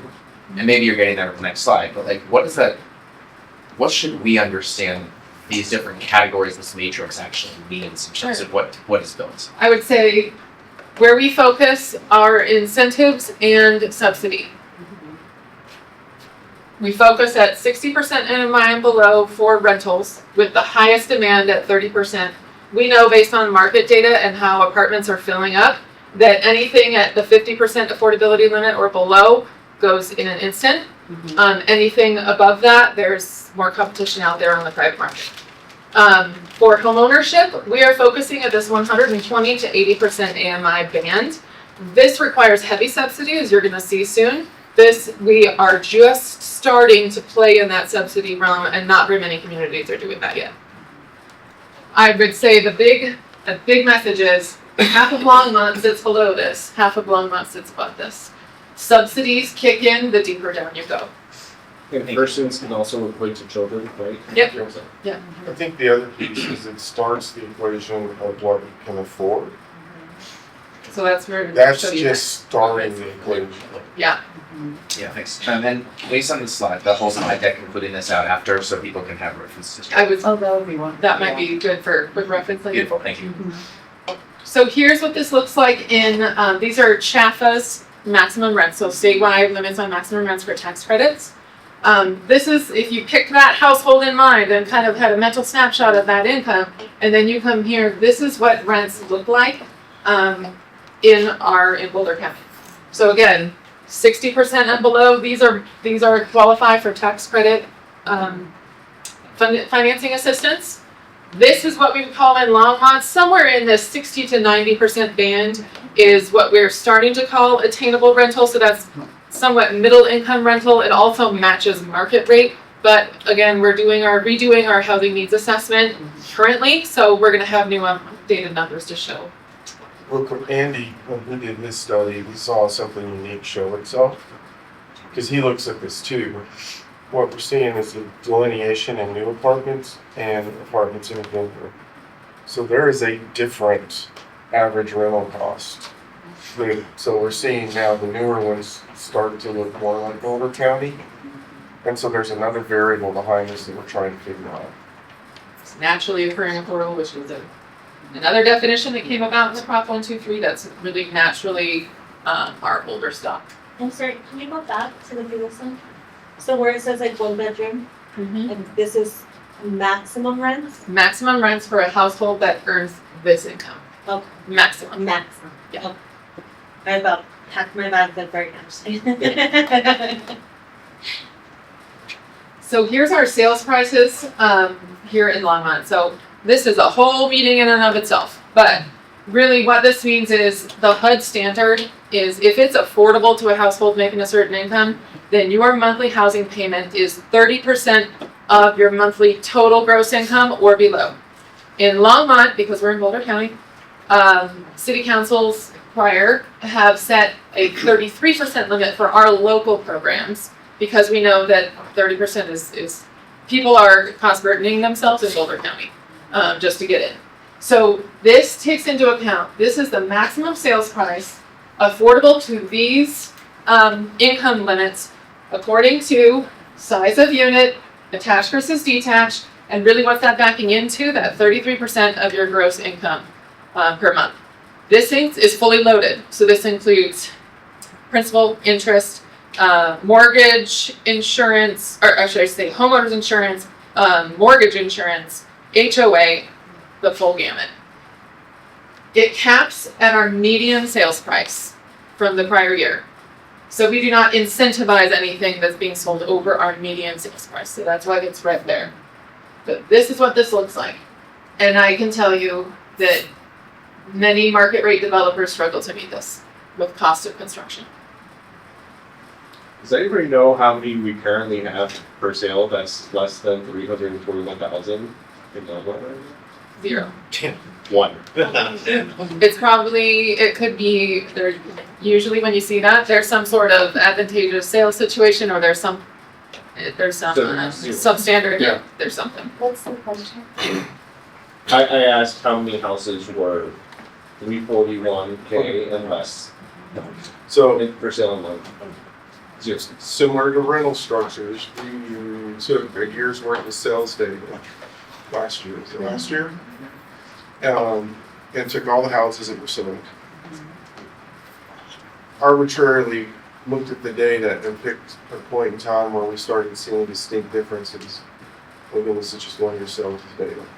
From about if the house was built in about 1992 to current, we averaged the sales prices there. Then we took those built before 1992, and there's a red herring that shows itself in when you look at average sales price. Those houses that were built 1992 and after, I think is somewhere in the neighborhood, the average is like 100,000. Those that were before were like 500,000, or 4 or 5, somewhere in there. And so what you're seeing is the age of the house, if you put it all together, starts skewing the average sales price. And this is based on the buyer. and their payment and what they could maximum afford with what the money that they have. This does not take into account at this time, can this even be built? So that would tells you when you're a developer and you're looking at our inclusionary housing ordinance, am I gonna build on site or pay a fee and live? This is what you're looking at to make that call. And are you going to pay more to construct it than you're gonna get back in a sale? That's for products. For sales. Yeah. For sale. This is to reference later. I'm not gonna dig into this, but it really does help tell the story of what a household's makeup looks like and what they could afford in terms of rent and homes. And then it gives some characterizations of what type of housing is generally in that category. I just want to highlight, so this is from our 2023 housing needs assessment, again, being updated. But here's the difference between our rental side average rents and new build rents. And this was what those income bands were affordable to in 2023. We have a lot of, there's been change in stock, so that's what we want to patch in this new housing needs assessment, so I just want to make sure you know this is 2023. This is the real kicker here. The median sales price of $611, so this wasn't at $599 because this is from 2023, is only affordable to 32% of Longmont households. As you go, so even some of those might be housed, they might have owned their home for 30 years, but they cannot leave their home.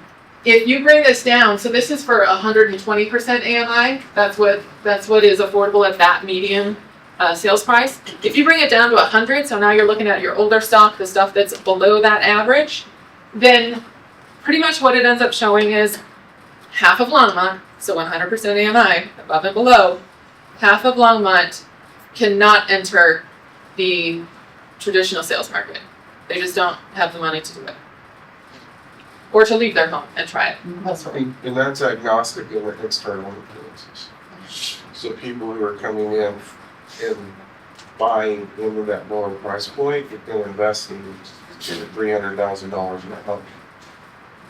So another variable that presses. So when you say they can't afford, it's going off of that 30 purely income 2%, or what was the number? 33%. 33%. It wouldn't meet that 33% threshold. Yep. That's They would be purely paying income. We're not even above talking that. banks yet. Okay. Yeah. Is it different in other communities?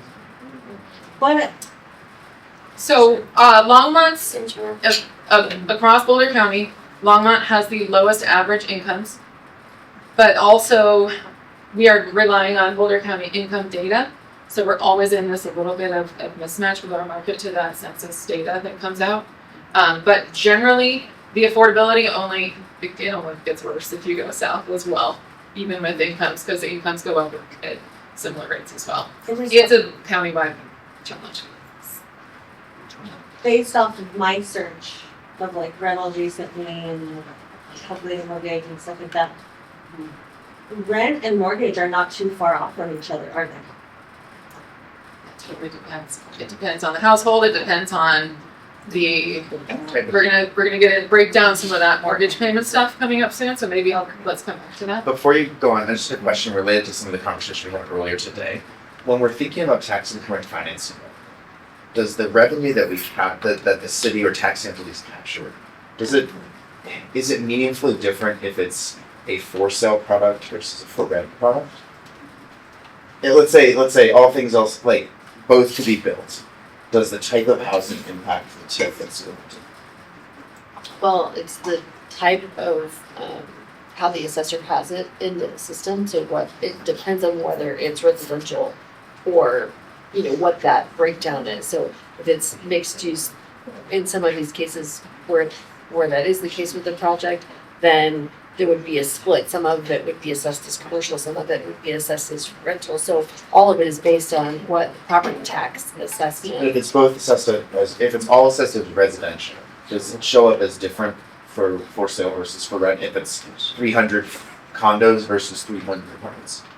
I wish we'd asked this question when Andy was here. Yeah. He would answer it. I don't think I purposely followed my own rule. I don't think it's not a different Right, because it's property value. I mean, it depends on 300 units of housing or 300 units of housing, whether it's for sale or for rent. regardless. Well, of and this. it's about what is assessed on the property, so a multifamily is more dense, and so the value Well, I'm would saying be if it's higher. 300 multifamily can be for sale or for rent. So I'm Right, saying if if it's it's for right. sale Yeah. multifamily, Is there is not that, a is there split out need, of is there rental some, versus for sale? is TIF capture calculated in a different way? It's just the property tax revenue that's generated, so it should be consistent, right? Other Whether it than can be if it built or were, not is a different question, but. other than if it were a condo, that you have an opportunity for things to sell at different times in a condo structure. And as Andy mentioned, that's one of the things that is assessed, so if the property, you have different condos selling, then those would be each assessed when it's sell. So in some ways it could increase because the property value of the condo could go up 10% in 3 years if Commissioner X were to sell their house. If someone were to sell their property within the TIF area. But it's a good question and one we can ask Andy. Yeah, that'd be great to get a follow-up on. Here's what I'll say, it's more complicated to answer in Colorado because other states just use it on value of the property and then having a rate on value. And so then it's an easy kind of math equation to figure out. Because of all the ratios here, it becomes tough. But we'll get you the next one. Thank you. So this is just a snapshot of how we produce, how much we've produced, in terms of what we're expanding the definition because of now we're deed restricting attainable for sale product at least for the moment. But what we have, we're income restricted by deed restriction. So in 2025, it was a pretty slow year, but we frequently see it go like this because it's all subject to market conditions and just timing of projects. In 2024, we've generated 224 units. In 2025, 19, and then back in 2026, we're projected to be back up to 161, and with some projections increasing. So we're trying to get to 5,400 units income restricted by 2035. That is a lofty goal, and it will take a faster pace than what we're at right now. But we're projected to hit over 7% for the first time in 2027. Where is True North? So we have 10 of the units projected in 2026, and then the rest for future phases are actually 2028 and beyond. Oh, in terms of what? And then we have our attainable ownership is also right here in 2026 for phase 1. I see. Thank you. This is how the city invests in affordable housing, so specifically looking at fee in lieu on the left side. So we didn't have fee in lieu until our inclusionary housing program really kicked in. And we went up the last few years, but due to market conditions, we're projected to go down pretty significantly. It still looks great compared to the resources that we had before. But Say more about market conditions, is that just slow down in market? developers not being able to get stuff done on and then this is a common misconception that I always love to debunk, that affordable housing is publicly funded. It's actually a teeny tiny sliver is publicly funded. That you're seeing here, federal ARPA dollars and local Longmont dollars, and pretty soon you'll see Prop 123 added on there as well. But the vast majority is private equity investment in exchange for tax credit through IRS rules. And just for the folks who can't maybe see the screen, can you go back, but just in terms of the numbers, what we started at 2020 at 15 million, am I seeing that correctly? Yep. And then 2024 is up to 171 million? Okay. That's primarily tax credit rentals that are bringing that investment into Longmont. And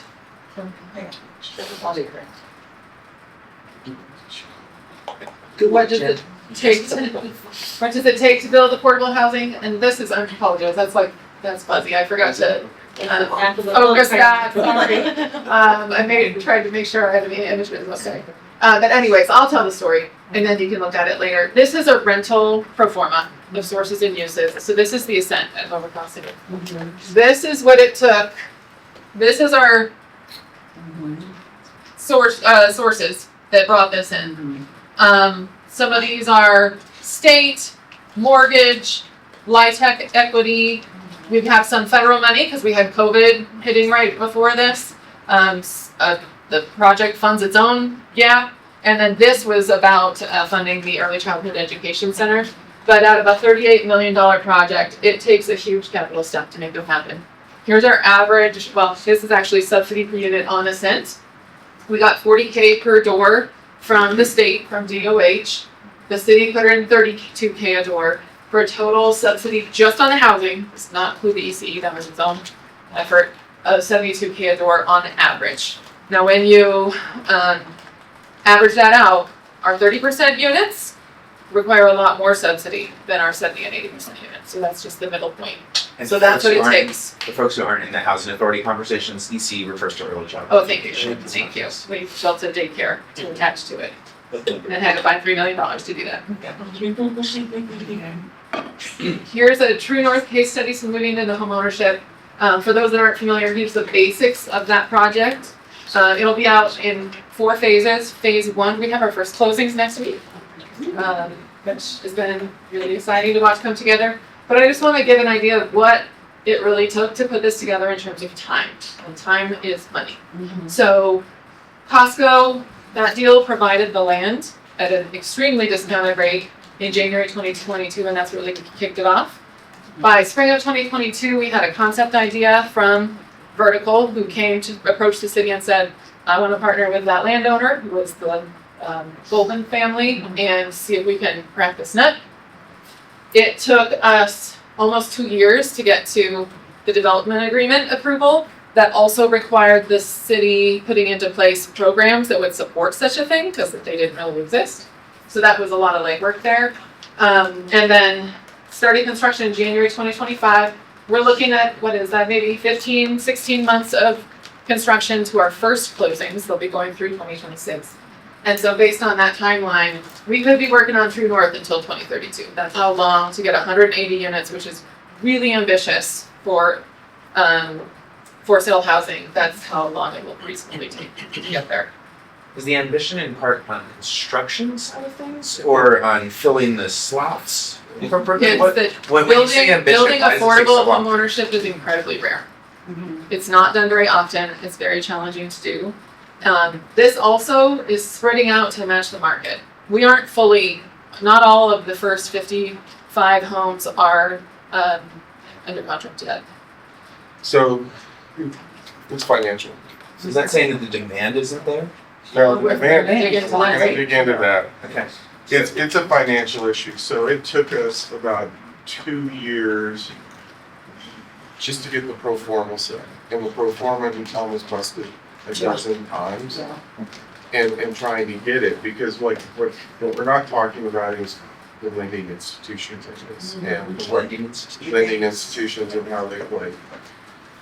Then you go into the development process, which took some time because we had to go through the PUD process because our code wouldn't allow it. So then that took time. We've now incorporated that where it's a use by rights. But the financials really kind of came in, and I'll let Molly take and I'll jump in on this. So $78 million is the total estimated project cost for the 180 units. The average cost to construct based on phase 1 numbers was $443. That's a mix of attached townhomes and detached homes between 1,100 and 1,800 square feet. Here's our phase 1 sales prices where we ended up being able to support those. So what it took land at about $6 a square foot on average, which is about a third, and that was a third in 2022 of the market rate land price. So that was huge. It's really hard to do any affordable housing market rate on land. That was the appraisal back at the time. Cash investment of $6 million to fund public infrastructure. Fee waivers were valued at $5 million, so that's unearned revenue to the city. And then, we got some formatting stuff, but the Costco also provided $1.2 million of that infrastructure, which made this a desirable site for the developer to go after. Subsidy per unit, for our 80% AMI units, we're running 100 to 150K, just on the development side for subsidy. We haven't talked about the buyer yet. For our middle income units, that's about 50 to 100K. So per unit, depending on how deep in the affordability you go, for sale takes a lot more subsidy than rental to get done. Do you want to add anything? Yeah, and so I think we were kind of looking at it too and talking to folks like Habitat, for example. They're subsidizing too. They just do it in a different way. But what we found is that subsidy on the home ownership is pretty consistent. In terms of what we were looking at, I will tell you now, but for getting the land sub $10 a square foot, if we modeled it, if it would have been $15 a square foot, we wouldn't have been so much. And that's a different problem in that you almost have to find land that's been held for a long period of time, so the basis in the land is really low to get that kind of deal. If the property's exchanged hands, then they're looking to do it. So there's a lot of variables behind this. But it was financial because you hear me talk about the impact of inflation. So you have the land costs that can skew a project before you even get started. Then you've got to throw in just the cost of materials. And so in many cases, we got caught in out of control inflation, which then really started accelerating the cost just to build it, which is driving the subsidies that we're seeing in this. Our other challenge was, and the developer did this, a project this large, we couldn't find a project that was 185 for sale units that was all attainable or affordable. And so in Colorado, Anywhere. So the banks had a really hard time coming up with like comparable anything. so we really were. Now you can find condos, but you couldn't find a project like this. Detached units, and so that was a big challenge for us just to move through. Molly, where did the subsidies come from? Right here. Subsidy came from reduced land, so that came from the landowner, from the city in cash investment, from the city in unearned revenue, from Costco, and then what got added in later is Prop 123 funds. The cash investment, is that the affordable housing? Unattainable. Affordable and attainable housing over a period of time. Which comes from P&L. Comes from, yes, Yeah. primarily Yeah. P&L. I have just a question. Because this is unique and unlike any others, surely that positions the city to be in a unique position to be really competitive with grants from any affordable, attainable housing units in the future. So it's a hit in the beginning, but it sets us up for success to maybe be competitive in the future. Yes. We have I would say a good reputation with delivering on the grant funds that we obtain. I will say the devil is in the details. For example, on phase 2 through North, which we have in design development right now, the city, we had always intended to go after Prop 123 money to replace the city's local investment if possible. And that's what happened on phase 1. But then a lot of other people going out for Prop 123 too. So, for example, Elevations Community Land Trust, they have now a program funded by Prop 123. We have been working with them for a year to stack our resources to bring homeownership to a 60% AMI households. The state has told us that is a no-go because we're surpassing the per unit maximum that they set with Prop 123 funds. So now, if we use Prop 123 on phase 2 through our development partner, we can't then stack any longer. So it's maxed out. So there's challenges we're trying to engage the state about. There's always political sense to that kind of thing. I will say yes. So even if you look at the DOH grant that we got for the transit station, probably within the last 2 years, we're probably pretty close to 8 or 9 million. What'd you say? For plus 70, yeah. So, I mean, we compete very well. Yep. And then it also shows in our LIHTC awards, in that we've been pretty lucky, but we've almost had a LIHTC award per year, which is unheard of.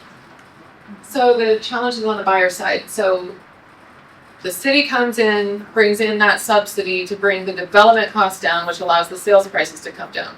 You still need a buyer to come in and be able to do things on their side. So we've actually had a big challenge with mortgage qualification because people that are meeting our 80% AMI income limits have often really high debt to income ratios. That means the bank, we're like, that's great about your income, I'm glad you qualify for this, but you don't qualify for a mortgage. So it's this awkward in-between space. Also, certainly at 80% AMI and below, further subsidy is still needed. Even with that subsidy we put in to bring the sales price and the cost of construction down, almost all of them still need down payment assistance to get in. And those, like I said, with the 60% AMI households, they're coming with down payment from the city, down payment from CHAFA, Elevations Community Land Trust support. We have one household that's set to close if we can sort out the state funding staffing issue with about 4 extra sources to help get in. This is what they say all the time, the math ain't mathin'. It's just a challenge in this area. So I will also mention that just because you get TPA does not mean you're out of mortgage insurance, because that's a loan. It is not cash coming in to get you up to that 20% down payment. So we still have people that's eating into their monthly affordability. Our market, right when we opened up our sales portal for True North, the market softened generally. So now we have buyers that are looking elsewhere. We still have conversations with them that doesn't mean that your HOA fee is going to help you in the end. But when you're comparing just right up front cost, you can see, oh, maybe it doesn't look that bad, but we're talking low HOA fees and all the other benefits that we have into the project that you have to do some convincing on when you're just doing very surface level searches in town. Do we have an HOA fee for True North? We do, but it's incredibly low. But there is common space, so there has to be one. It's like $120, I think. Is there any like regulation? Per year. A year. A month. Per month. Are there any regulations on how steep that can increase over time? There's I think a lot of talk about HOA regulation. I don't think that anything is, the Related question to that is, property? is Do there they have a like, cap as to like what they can charge or how? Because what I'm seeing with folks that I'm working with, they're paying, you have seniors paying HOAs up to $500-600 a month more, and it's taking a third of their social security income. I don't know that there's any limitation at this point. Part of the challenge is they're experiencing many of the same. Now, every HOA is start there. If you have a large HOA and you don't have a lot of common area, then your cost is lower. You have a lot of common area, high HOA, which got changes, and so they're all different. They're also experiencing the same inflationary pressures, rent, falling, And is HOA requirement of any new development in Longmont? That is a long conversation. But generally, many years ago, they made the decision in terms of something like the infrastructure, so like your underground systems and things like that, that they put that cost on the neighborhoods. And then when you look at the areas of the common area space, so you think of all the green spaces and all of that was added on, that then facilitates the creation of the HOAs with somebody in. So there's been this incrementalism over time that is adding to that cost, which 20 years ago wasn't expensive. And so there are other costs I would just, if it's a tax product, there might be other insurance Oh, and yeah, costs. yeah, I mean, they are high, but they're paying for that common area. for example, when True North was we were just starting to advertise sales prices, someone said, and we saw it, but there is a developer that got some condos done. And they were market rate condos, but when you look at the HOA fee that's published, it's $900 a month. Yeah. Because their costs are also, that's a huge liability that they have when you do condos. So the construction defect costs basically got folded into the HOA partial. I don't know for certain, I would. but It is that likely. seems possible. Is the common area like true north, like a park? In phase 2, there is a courtyard area. In phase 1, it's not a central area necessarily, but there is common green, Pocket areas. yeah, pocket areas and tree lawns So and it that type of could thing. be a city park? No, No. no. The other difference in this is a lot of them are attached units, so part of the HOA fee is you also then have that insurance that is spread across, so there's an insurance component. So let's talk construction defect. So that is the number one barrier to building affordable or any attached product. So on True North, because we have about half of it, half of phase 1 is attached product. So we knew there would be construction defect insurance built in. And we worked that into the pro forma from the beginning. Because there was a minimum coverage amount, they ended up binding the entire phase to spread that cost. I mean, they were like, we're gonna pay the same for 30 townhomes or 55 units, so they bound the whole property. That minimum coverage, $600,000. So that's, if you attach that all to the attached units, that's $30K in sales price hit per unit. When you're looking at our income bands, that puts you from, in terms of what you can afford, from an 80% IMI household to 100 because of construction defect. And that is for any attached product. For commitment lender, this is really what this is, an interest rate buy down. This is something that a developer does not know if they will need when they get started. They only know if they need it once they're approaching sale time. And then that is an added cost that you just take that hit. So our developer is taking that hit to extend mortgage rate interest buy downs for our buyers because moving the product is important, and by the way, it helps the buyers as well. But there was an unanticipated hit to that because you're watching the markets and what they're doing. So you can't plan that ahead. So that's all time is money. And when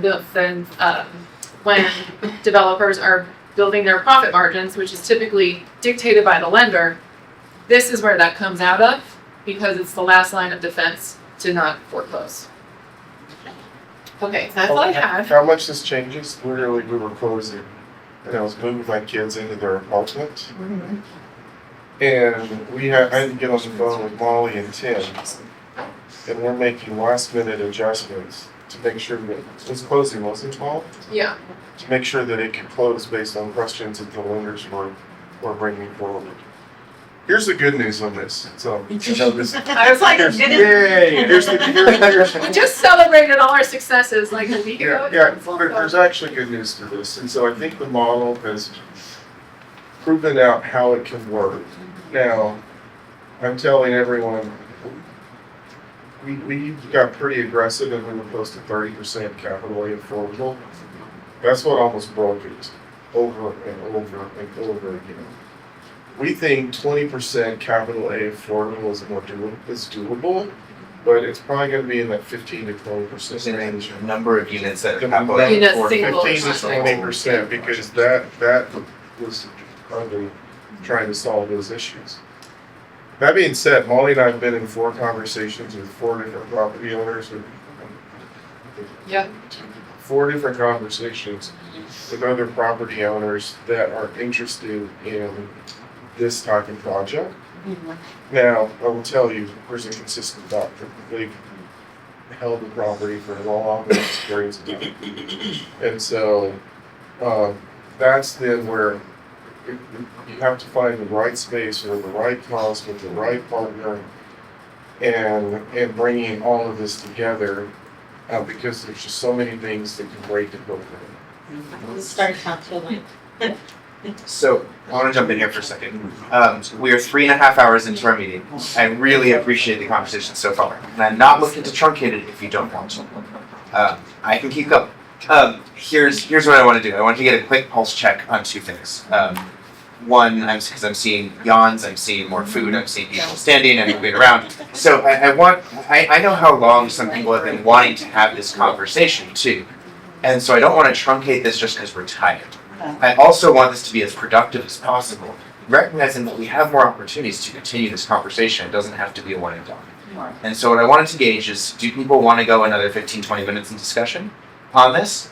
Or do you prefer option 2, which would be we work with Molly to basically harvest some questions over the next couple weeks and plan a follow-up conversation, part 2 of this, where we can dig into not just like how do we make affordable for sale or affordable and attainable for sale work, but also how does that factor into the renewal? You said that the housing assessment coming up soon, right?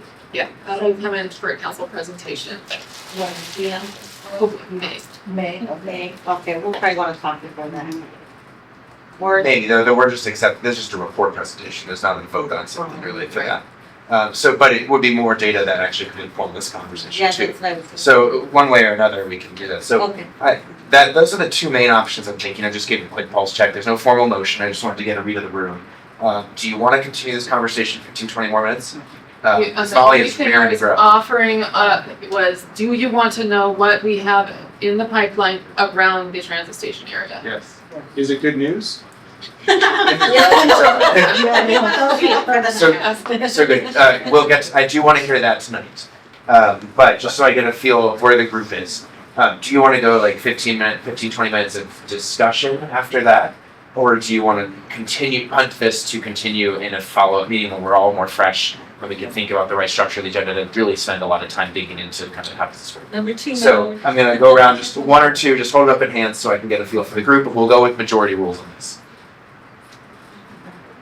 2, 2, 2, 2, 3. I came up with the third. Not really accepted. Okay, I largely see we want to continue this for a part 2, and we'll work together to figure out the right time for this. Did you want to what was your part 3? Okay. It was really about, is this a conversation for Laura, for the housing authority, and how do we, or for the city?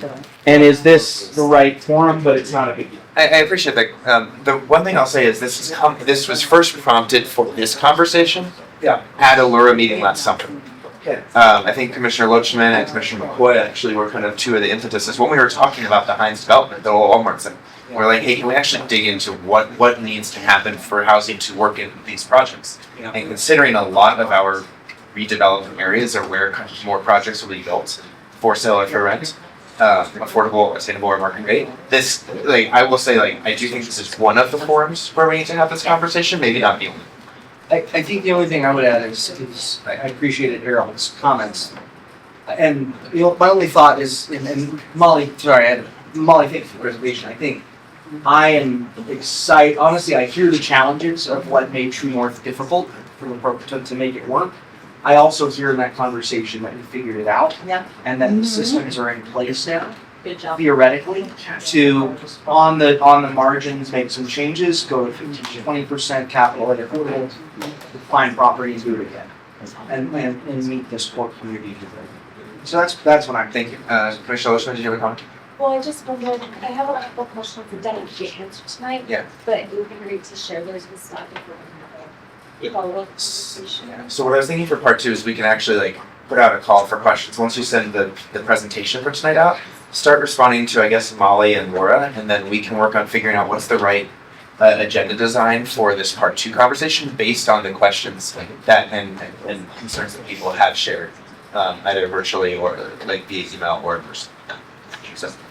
Okay, so you don't want any more comments tonight? No, you're welcome to, but just reading the room tonight, I'm thinking we'll hear what's in the pipeline a little bit, and then we'll largely move into this topic and suggest, just because I've seen enough yawns and stretches and stuff, that we'll harvest those questions to have an even deeper conversation going forward in part 2.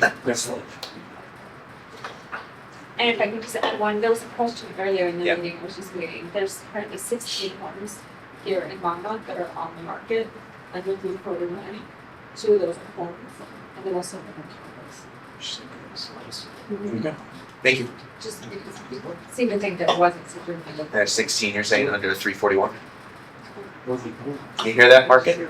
You hear that, folks looking? 16 properties under 341. But I mean, I think the reality is when what I heard, and I was trying not to make too much conversation, but what I heard about part of that conversation was there is a struggle with market, and there is the actual real estate market has changed. Yeah. Which is like all those different variables that you bring into. Just wanted to make sure people realize that it actually is. It is an item that people have now, which did not occur 5 to 2 years ago. Cool. Thank you, Commissioner. All right, Molly, tell us what's in the pipeline behind door number 1. All right, so here's your, we got first Boston, here's that Boston station. I'm not sure why Google Maps is also blurry, but this is the area you guys were looking at with your plan area. So I would let you know that a private developer is proposing middle income restricted rentals above the cheese importers. So that's the first time we'll have that north of the cheese. Oh, okay. Sorry, no, not on top of the north, it'll be in that parking, in the vacant parking lot right now. So that'll be the first time that we see income restricted, middle income rental. So that'll be a good test for our market. Multi-family, is that what we're? Yeah. It's right across from South Main Station. Then the 180 Emery project, which council has heard about, Boulder County has heard about that. So here's your area. That is up here. So it's adjacent. It is outside of the LURA, inside the DDA. We've been talking pilot payments, payment in lieu of taxes. Adjacent, separated by railroad tracks. Correct. But it's gonna be. By the prairie dogs. Look all different. Not in the prairie. No prairie dogs there. I really click on the 180. I have heard about it in relation to this one door. Yeah. Has what, like, we reminded us all, we talked about the first one, Yeah. 180 Emory is also listed. TBD. Just TBD. We're gonna run models and see what is feasible for that area. We'll have, right now this is the former Royal Mobile Home Park. That was slated to be affordable housing. It's actually needed to make the transit station happen, but we're talking about some land swap situation, something happening to still try and make something happen. Potentially leveraging this to make 180 happen, that's all. Why was it needed for the transit station? Stormwater. And we're also fighting setbacks. And the right areas. And repairing setbacks. Challenging. So, we're trying to work through some of those issues. That may make sense, or maybe we can build a loan for sale townhomes or something, but there's the space kind of constricted with all of these different variables. Just north, you've got existing in-between housing at 2nd and Kinbark that is really deep, affordable. We have the up here. You specify rental versus for sale when you're going. That's rental, and that's super low incomes. I'm sorry, where do you put it? Say that you. 2nd and Kinbark, Right across the street from. right across the street from the Civic Center. Next to the police station. The big brick, old brick building. Yeah. So I'm sorry, so why are we pointing that out if that development already exists? I'm telling you what is already income restricted in the area, Okay. in the downtown area, and what is coming. I did, okay, perfect, Yep. thank you. So we also have the existing Spoke and Village on Main. So that's Boulder County Housing Authority and Longmont Housing Authority Senior Restricted up on the 5th and 6th end of things. And then at 3rd and Martin, you have the cannery. That's Thistle, existing, but then the city's Affordable Housing Fund supported them buying land next door to expand. And then 3rd and Atwood, bigger, 3rd and Atwood, right in here somewhere. That is just got a LIHTC award earlier this year. That's a private LIHTC project. So they'll be starting construction early by the end of the year. So we do have a lot of income restricted stuff existing and coming in the general downtown area. So I just want to make sure that you kind of have a frame of reference for what's out there. But all rental. All rental, yeah. For sale, True North and Habitat projects would be only for sale out there. True North is not. I think part of the challenge in that is what Molly talked about earlier, is that we're washing out like 50% of the applicants in True North. And so the other problem is when you look at that deep need for affordability of 50% AMI and below, unfortunately, I think the market's really at the point where it's almost impossible for them to buy homes. And so Whether it's the subsidy or the bank.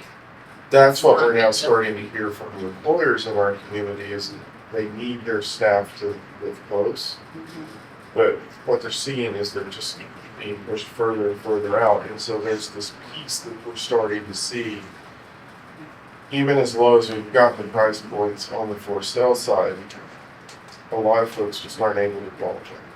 And it's this a is different problem that we're Pushing to half of our population is in the income bands that are only suited for rental, or the tools are only available Yeah. for incomes, And also, sure. all of it together. So rent still, you have a very large segment of population that could, even if we could subsidize the heck out of it, is going to be a stretch. And we haven't even gotten into the impacts on the energy code. The energy code is probably adding about $20,000 per year.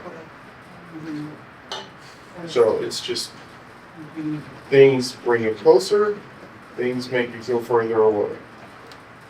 So I'm wondering, because my concern is like rent becomes so unaffordable, right, in the future. And if someone doesn't have equity in a home, and the majority of our market is taken up by investors, then, you know, like, so I think there's like this, for me in my head, there's like this push for attainable, affordable, home purchase housing, right? And I understand like the nuances and everything that goes into it, but also like, if we're pushing toward a bunch of like these apartments for rental, some affordable, like how do we protect residents from paying just as much for as they would for a mortgage, if not more, and then you add on additional costs and you know, it's I just feel like it's and it's probably an inappropriate question. No, for it's this entirely day. appropriate question. Supply and demand. I was gonna say that. I was gonna jump in and actually with a small partial answer. It's not to be satisfying, but you know, the main buttress against exorbitant rent prices is more supply. Yeah. In fact, and so you're actually starting to see this in our community. I've heard from some residents because of some of the rentals that have the rental complexes that have been built. They're leveling at vacancy rates level out the rental market more and are much more dynamic. So people there's more mobility in the rental market, both within Longmont and outside of Longmont than there is with the for sale market because it's been so crunched and constrained for years, if not decades, in Colorado. Our housing needs assessment does show that, and it does show, if you go to our website, so longmontcolorado.gov/housing, scroll down to our dashboard data, market data, it's got 2024's data, we're working on 2025's now, that does show that in the last 2 years, rental prices have flattened and are actually coming down slightly, and that is due to supply And I understand that relationship, but then what happens when we can't develop anymore? And then that just goes up. That's what I think you gotta figure out construction defects for complex. Yeah. I mean, that's got to be a solution. Okay, so I'm going to jump in here because we had a vote before a pulse check. Thank you, Molly, for staking it out through multiple long items that were not fully related to this, but maybe set up this conversation productively. Thank you for all your hard work. Thank you, staff, for this. We're not quite done with our agenda, but it's mostly procedural at this point. We'll move on from item 11 for now. Staff will send slides out. Please send them questions, and we'll take another look at those questions together, and then figure out what's the optimal conversation to really set up for part 2 of this discussion. So thank you, Laura. Thank you, Molly, and we'll go from there. We're now going to move on to item 12, which is finance report. Is there any finance update from Laura? We do not have one. Our treasurer is in Africa, so we will wait to share that. Okay, thank you very much. We'll move on to item 13 in our agenda, which are commissioner comments. We've added this into the agenda, similar to how we approach council and boards. Would any commissioners like to offer any comments here? Yes, Commissioner Chris. Well, I just want to say, this was a very intricate evening, and thank you all for your time, attention, and being willing to stay here this late with us. So appreciate it. Thank you, Commissioner Chris. Any other commissioner? Yeah, Commissioner Chris. I just wanna highlight and thank staff and our housing team. It's like, it's so impressive, Molly, and everybody, like the effort and the time and the thought that goes into every single project and the push that we're seeing to continue that momentum. It's, thank you. Commissioner Marson. Mine is actually a question for staff, very, very quickly, Jim. How much, and I'm just noodling on something, how much roughly, you say we're washing out about 50% of our applicants for True North. How much roughly, like how short are typically you're making the London? And I know that's a loaded question. I'm trying to, in my own mind, assess it all. I think it's their debt to income ratio. It's debt to income. So it's not that they have cash. Okay, so So the bank won't qualify them because of debt to income. Yeah, we see people that make enough money and can put the down payment, but it's debt to income.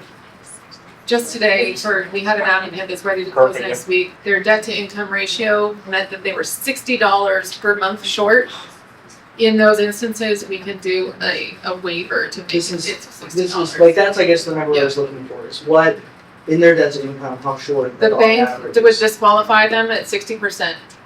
By giving them down payment assistance to go with it, we could make that slight adjustment up to the max that we could do, to help them spit over the threshold. That was just today. But Mars said it seems like car payments, so. Yeah. Better get your credit card. It's not just housing, yeah.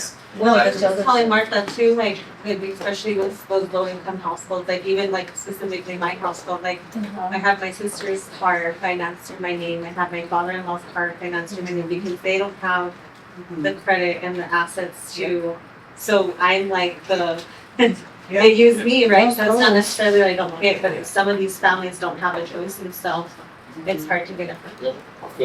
Commissioner Ellison? Oh, yeah, I just wanted to say thank you to staff for bringing back the topic, because it's been a few months since, and I know the timing. That was great, to at least get going, and I'll be looking forward to it too. Appreciate it, yeah, and that leads into the comments I was gonna offer briefly, so, one, I know this was a packed agenda tonight. There might be more of these this year for Laura, there's a lot that's going on. There were a couple last minute items on timing, but the agenda really was set up predominantly, and you can probably see this based on timing of things that need to get approved, or contracts that are agreements that need to be signed, and the demand for this topic to have. So this was a meatier agenda, but it was mostly driven by time and demand. So thank you for your persistence on that and your patience throughout the evening.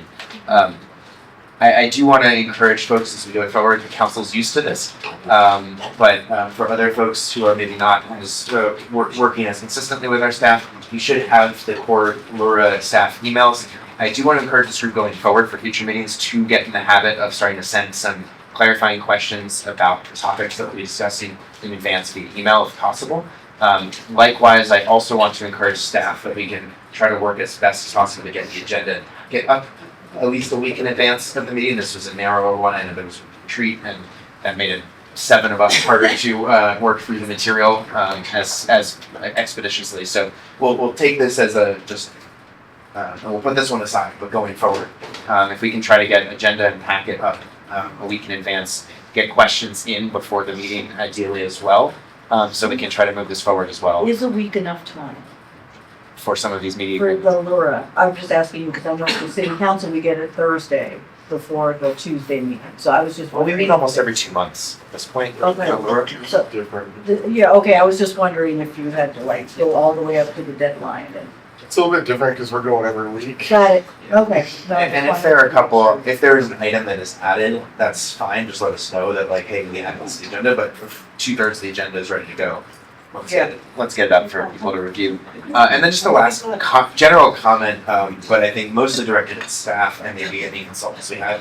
I think Andy did a great job, but for staff in general, some of this gets really technically complicated really quickly. We saw that tonight. A lot of acronyms, a lot of definitions and terms. The more that maybe there's an acronym chart that can be included in the packet, that would be great. And the more we can, especially for public, including media this year, use plainer language when we're explaining and introducing some of the concepts. I think that would go a really long way to make people and ourselves really on the same page as we're moving forward. So those were just my 4 comments there. Seeing no others, I will entertain a motion to adjourn. Motion to adjourn from Commissioner Culpepper, seconded by Commissioner Chris. All in favor? All opposed? Seeing none. Thank you very much. Only